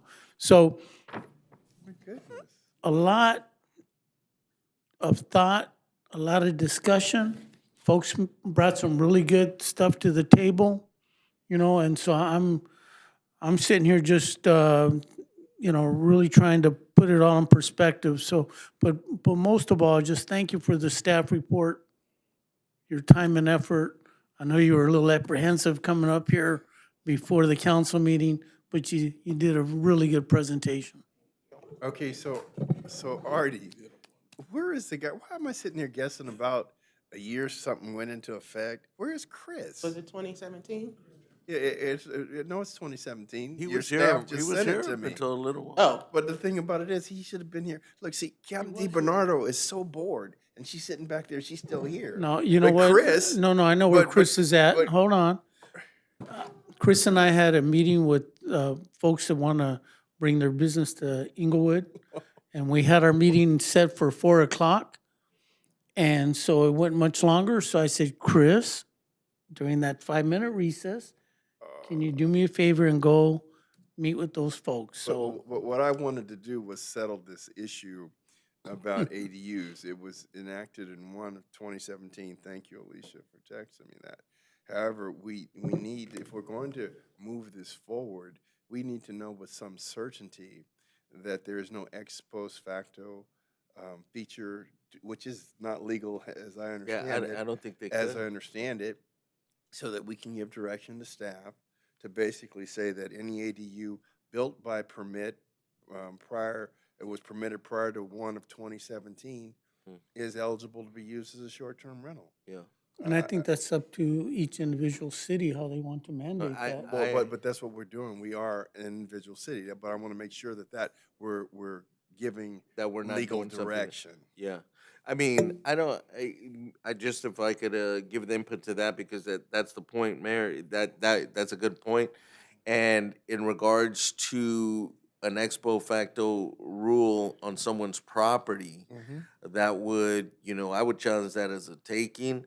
So I don't think it would be allowed, because you would actually. I don't believe it would either, but the thing is, we're about to give direction to staff because we want this to be ready for, a second reading as soon as Right. possible. So if I may, contingent on the city attorney, resolving the issue at some point before the next meeting, I think we should include it, Mayor. And then, like you said, confirm that we're not breaking any law. Okay. Alex, are you done? Yeah, no, I'm good. Thank Okay. you. George, did you have anything to add? Yes. First of all, I want to thank you and your team for a great report. That was really good. And thanks for bringing out all these people. Do I own the record for longest public hearing? Do I own the record for longest public hearing? I want to thank I don't think so, unfortunately. You want him? everybody who came out and gave their opinion, because they made all this discussion up here on the DS possible. And there's one other thing I want to ask and make sure I got this right. Okay. We are disapproving or not passing party houses. No, we're not. That is correct. We are Is not. that correct? That is correct. Okay, so We got that. that's the best thing I've heard this year. So Okay. thank you guys very much, and we'll be waiting for the rest of the report. Okay, so here's what we want. Here's what we want to do. We mentioned 3 items that Ken wrote down earlier that have so long since left my memory. Oh, okay. We want those added. Will you go over them again right now? Because I want to add to the list.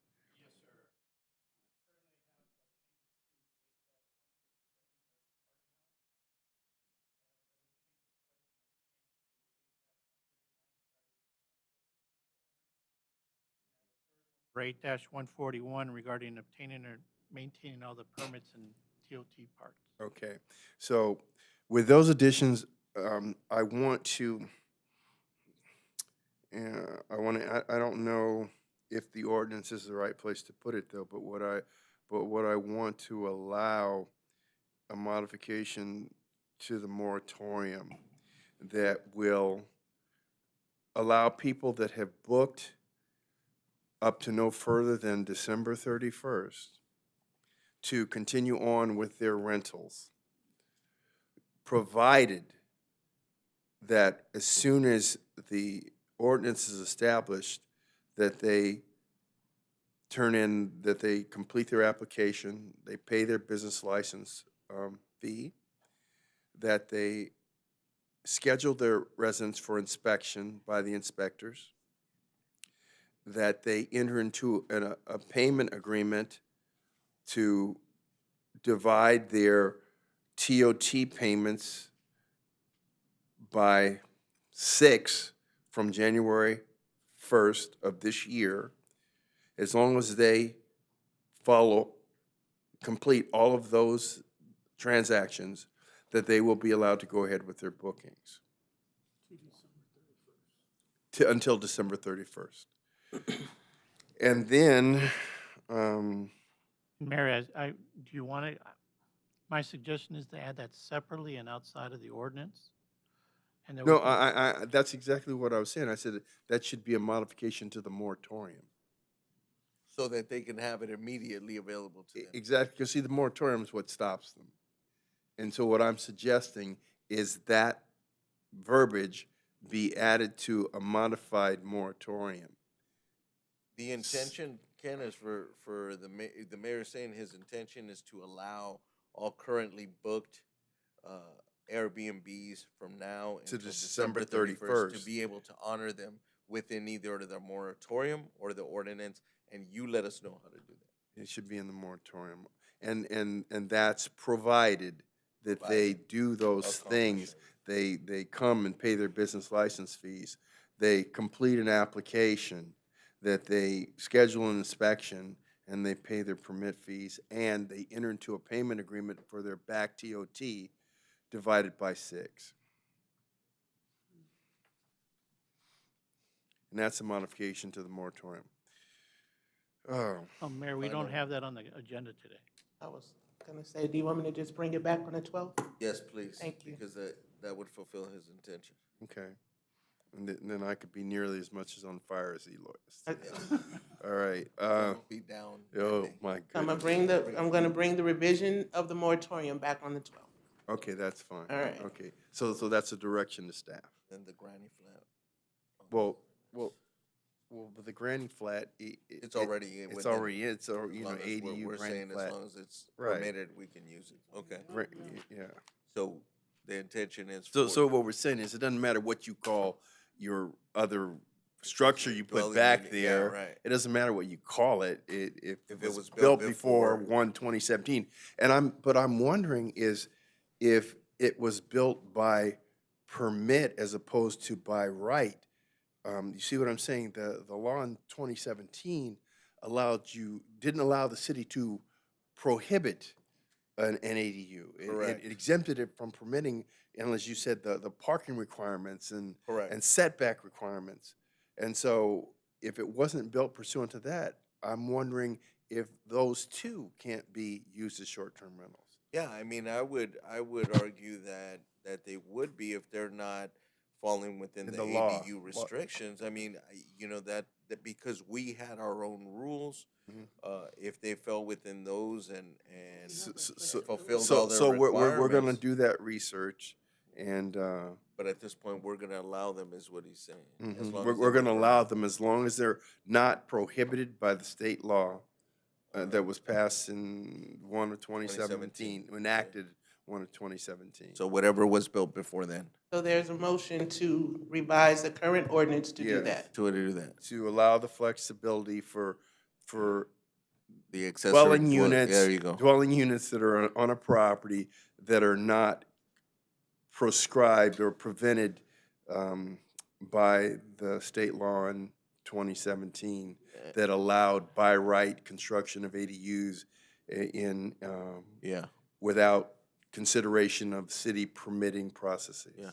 Anything built before that date he gave you. So I so move, Mayor. Okay.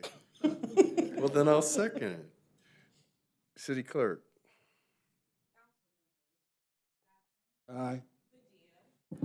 Aye. Aye. Aye. Motion to waive further reading. Second. Madam City Clerk. Council members Dodson, Aye. Padilla, Aye. Morales, Aye. Mayor Buds. Aye. Introduction of the ordinance, Mayor. I'll introduce. Move adoption.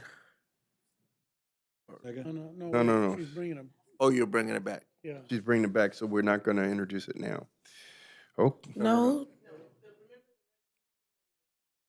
The fees. Well, that's what Oh. I'm moving, right? All right, Yeah. but the way the resolution is written is the 500, Oh, we need to make that change.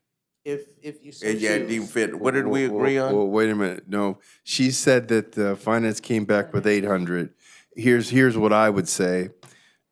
Due to the ambiguity and due to the fact that this was a shock to a lot of great Inglewood residents, that for the time being, we'll make the fee 500, subject to revision when the master fee schedule is redone. Great. So moved. Second. Madam City Clerk. What's the regular stuff, resolution? yes. Council members Dodson. But, Aye. hold on. Mm-hmm.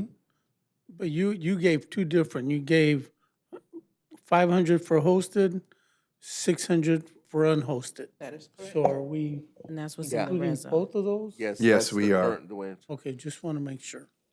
Well, before I need more direction, please. We do need more direction. We also have to discuss this issue If I of can- unhosted vacation rentals. Now, what most people didn't understand was that it's a very stiff hurdle to have an unhosted vacation rental. You have to own your primary residence 10 years. Is that right? Inglewood resident for And 10 you have to years. be Inglewood resident 10 year, own your house for 5, Mhm. and then own the proposed vacation rental for how long? 1. Okay, it's going to be pretty hard to make that requirement. However, here's the question we have to ask ourselves. Do we really want to take housing off the market to be a vacation rental unhosted? Because I wouldn't want an unhosted home next door to me where people were coming in and out. So I'm just opening that up for discussion. Well, I thought right now what was on the table was the fee. Well, the fee's on the table, but I'm going back to the actual ordinance that do we want to have unhosted vacation rentals For the 90 days?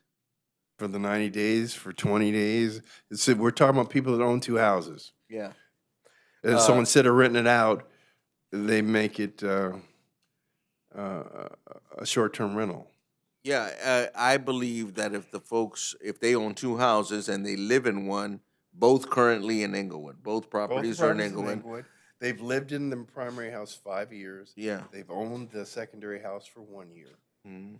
And so Under the current proposed language, we would allow them to we do would so. allow it. I'm saying, but we just need to know that we're making that decision. Yes. Because a lot of people, not a lot of, we had a number of people that spoke that, felt that they wouldn't want to live with a vacation rental home in their neighborhood. And so we just need to know that we're making that conscious decision. I think where I'm motivated by is if, for instance, a person who's lived here for a number of years, they still live in Inglewood, they saved up, they bought a second home, and they use it as a short-term rental. The reason that I would support them is because they're invested in the city as a resident, and for me, that's enough motivation to really protect the neighborhood where they own their second home. Now, that for me, that's my Well, and for me, along that, is that we're gonna have regulations and guidelines that folks have to adhere to, otherwise they lose that opportunity to be a short-term rental, That is correct. right? So Unhosted. unhosted, correct. So you're saying you affirm that concept? Right, so if it's unhosted, but they're running amok, they're not doing what they're supposed to do as part of our regulations, they lose that right to be unhosted. Look, I'm not being difficult, but hosted or unhosted, if they don't follow Either regulations, or, I they're get going to it. get Either shut or. down. Yeah. The issue is a philosophical one.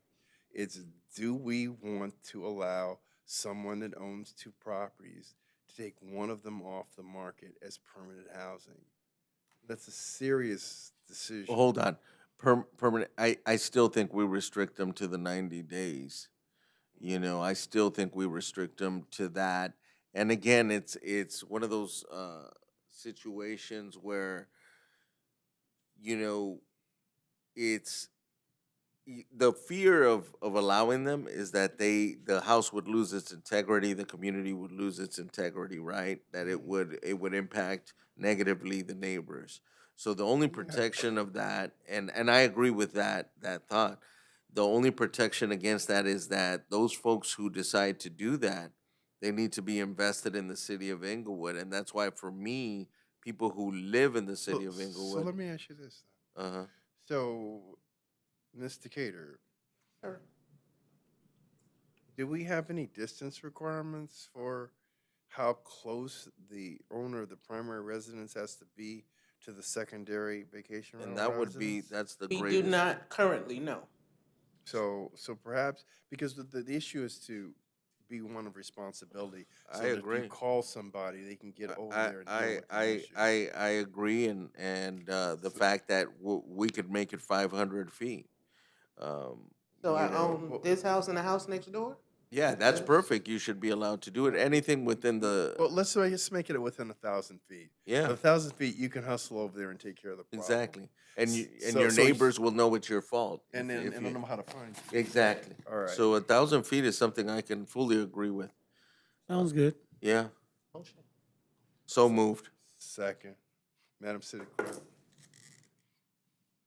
Council members Dotson, Aye. Padilla, Aye. Morales, Aye. Mayor Buds. Aye.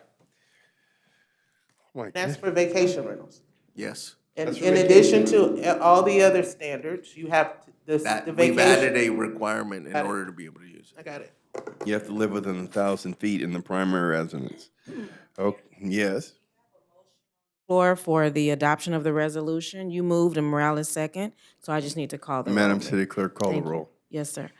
Council members Dotson, Aye. Padilla, Aye. Morales, Aye. Mayor Buds. Aye. My question was as to the fees. Mm-hmm. 5 different fees there, Take them all. as they are. Take them as they are. No. This is fine.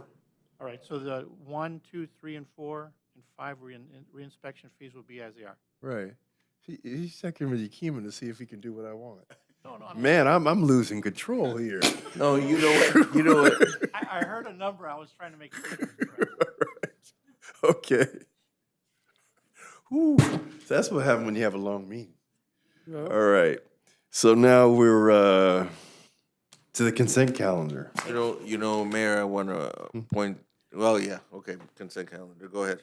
Consent calendar, items 2 through 8. So moved. Second. Madam City Clerk. Council members Dotson, Aye. Padilla, Aye. Morales, Aye. Mayor Buds. Aye. DR1. Staff report recommending rescission of approval of a professional services agreement with California Code Specialties, Inc. for building inspection services in the amount not to exceed $5,084,386.90. Move item 1. Second. Madam City Clerk.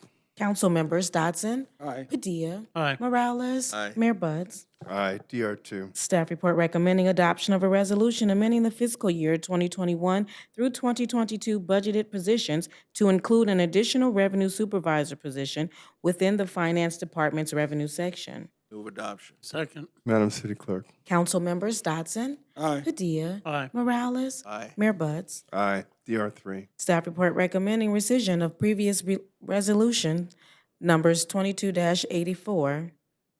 Move 1, 2, and 3. Second. Madam City Clerk. Council members Dotson, Aye. Padilla, Aye. Morales, Aye. Mayor Buds. Aye. Excuse me, Mayor. Yes? I think that was read incorrectly for DR3. I was gonna say, why are we rescinding? Staff report recommending Decision. rescission of previous. Of a previous resolution. And it says rescind the previous resolution. It reads with integrity. Are you saying that we didn't want to do that? Mayor, it is correct. We came to council before for this Yeah. item, and we're rescinding the old item, and this is the new one. It reads So correctly. she just read it with Yeah. that word the first time. No, she's right. She recommended rescission and rescind the previous resolution. Okay, so we had a first and a second, right? We voted Yes. on it, right? Already. Okay, No, we okay. just moved in second. Okay, let's roll, let's okay. roll. So we didn't vote. No, sir. So We I'm have a s- motion and a second. So I'm still running the council meeting. Yes. Madam City Clerk. Council members Dotson, Aye. Padilla, Aye. Morales, Aye. Mayor Buds. Aye. DR4 and H2. Staff report.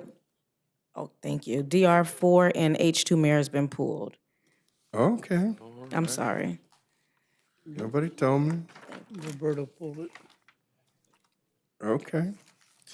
01.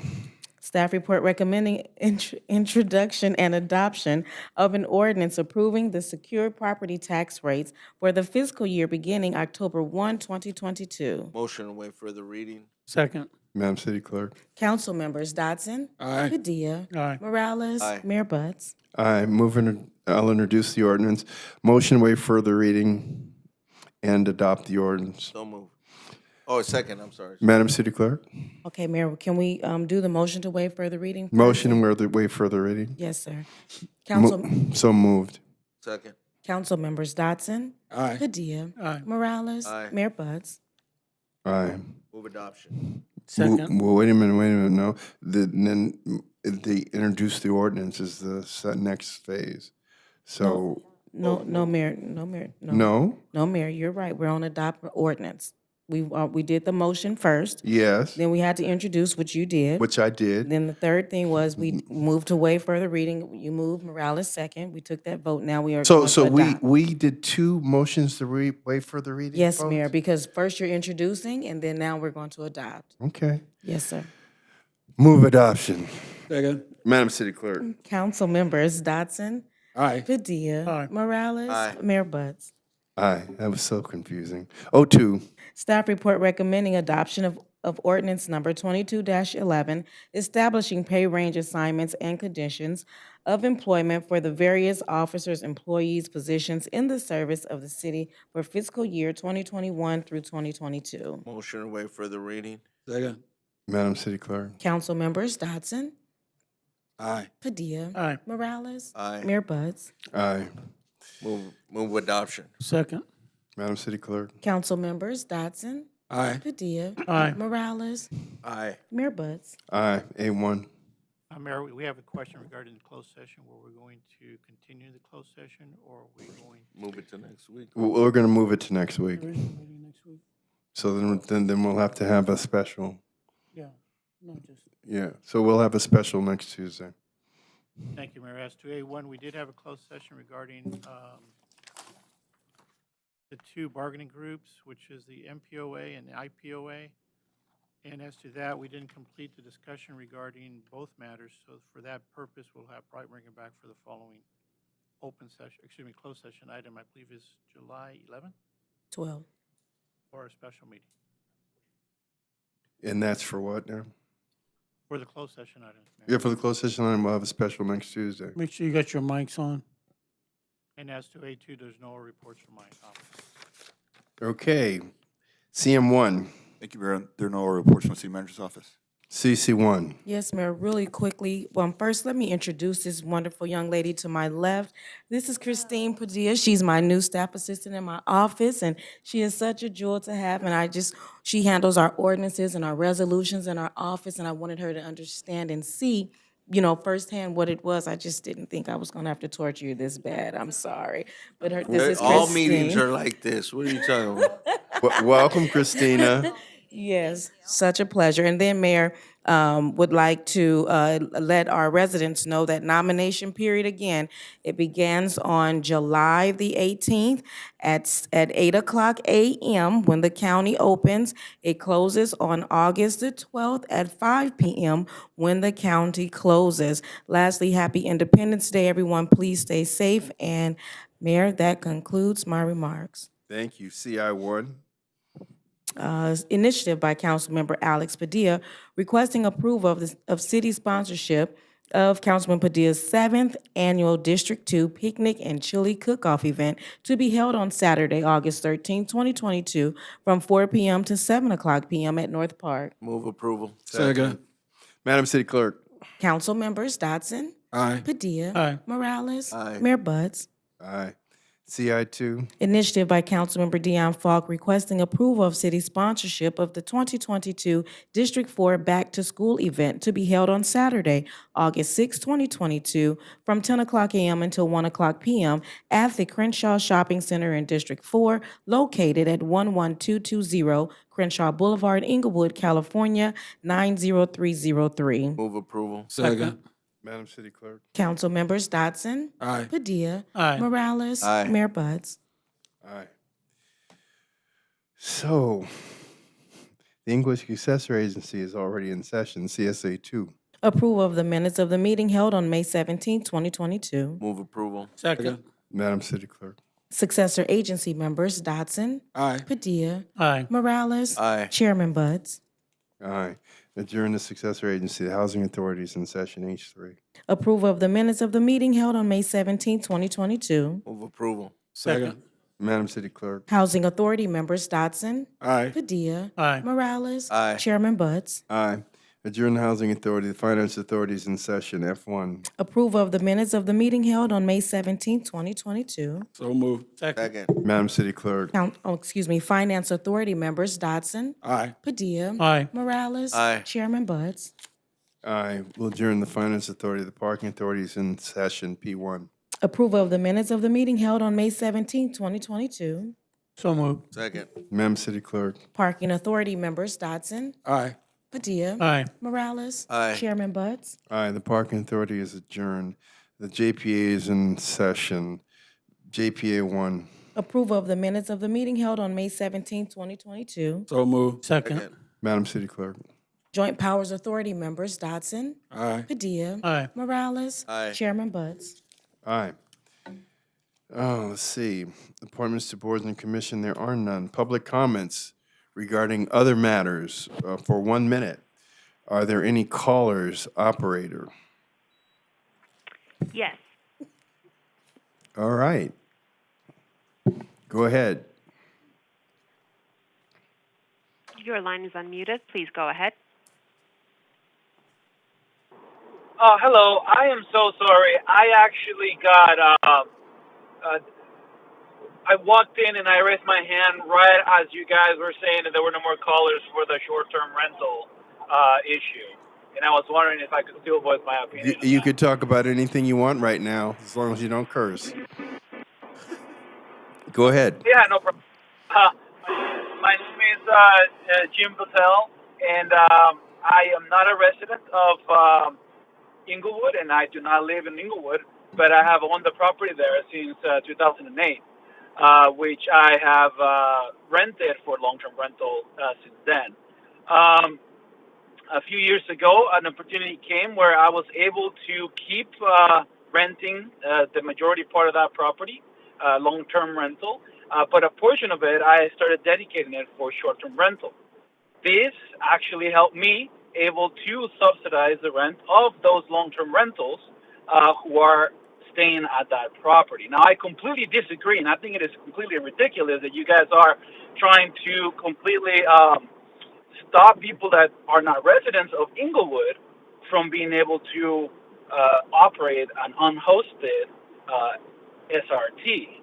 Even though, I mean, it might sound like it's unhosted, but we still have people there that live there permanently in a long-term basis.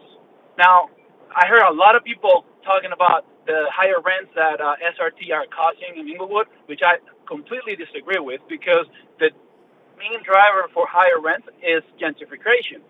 The projects such as SoFi Stadium and the Forum, all of that has a direct impact in higher prices of properties, and therefore inevitably higher rents. So saying that us SRTs are responsible for higher rents is a completely distortion of the reality. I'm we glad pay that our you know taxes exactly how the economy works. I'm glad to hear that. Go ahead, sir. So I would like to propose. Actually, sir, we're going to let you propose, but you're over time. But go ahead and give me your proposal. All right.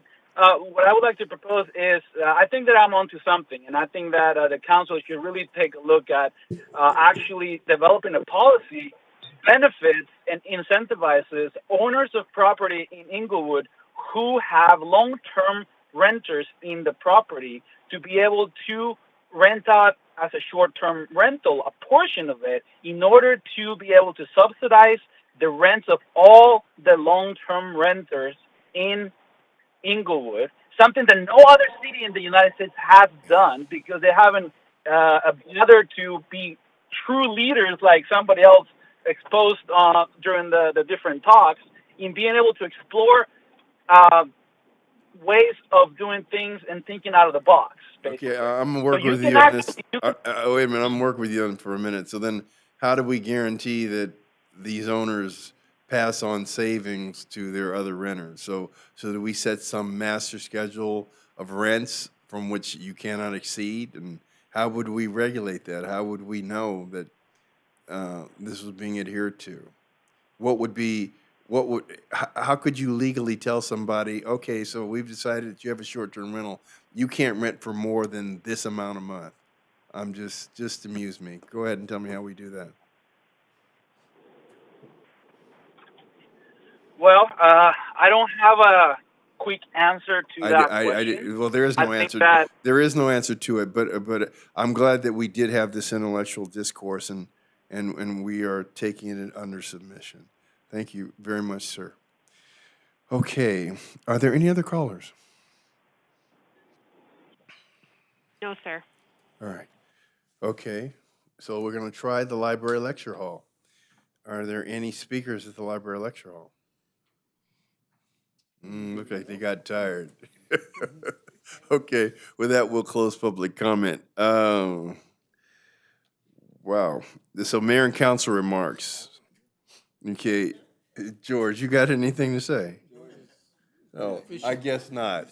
So, okay, Councilman Padilla, District Two. I'll take his 3 minutes and Eloy's 3 minutes. Just gonna wish everybody a fabulous 4th of July. Enjoy yourself. Councilman Morales. Thank you. Likewise, happy 4th of July. And I'm just going to tell you, that was such a productive meeting. I enjoyed yeah. it thoroughly.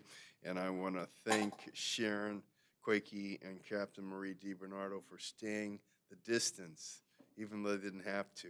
It'll always be remembered. With that, we're adjourned. I'm starving. I think we need to.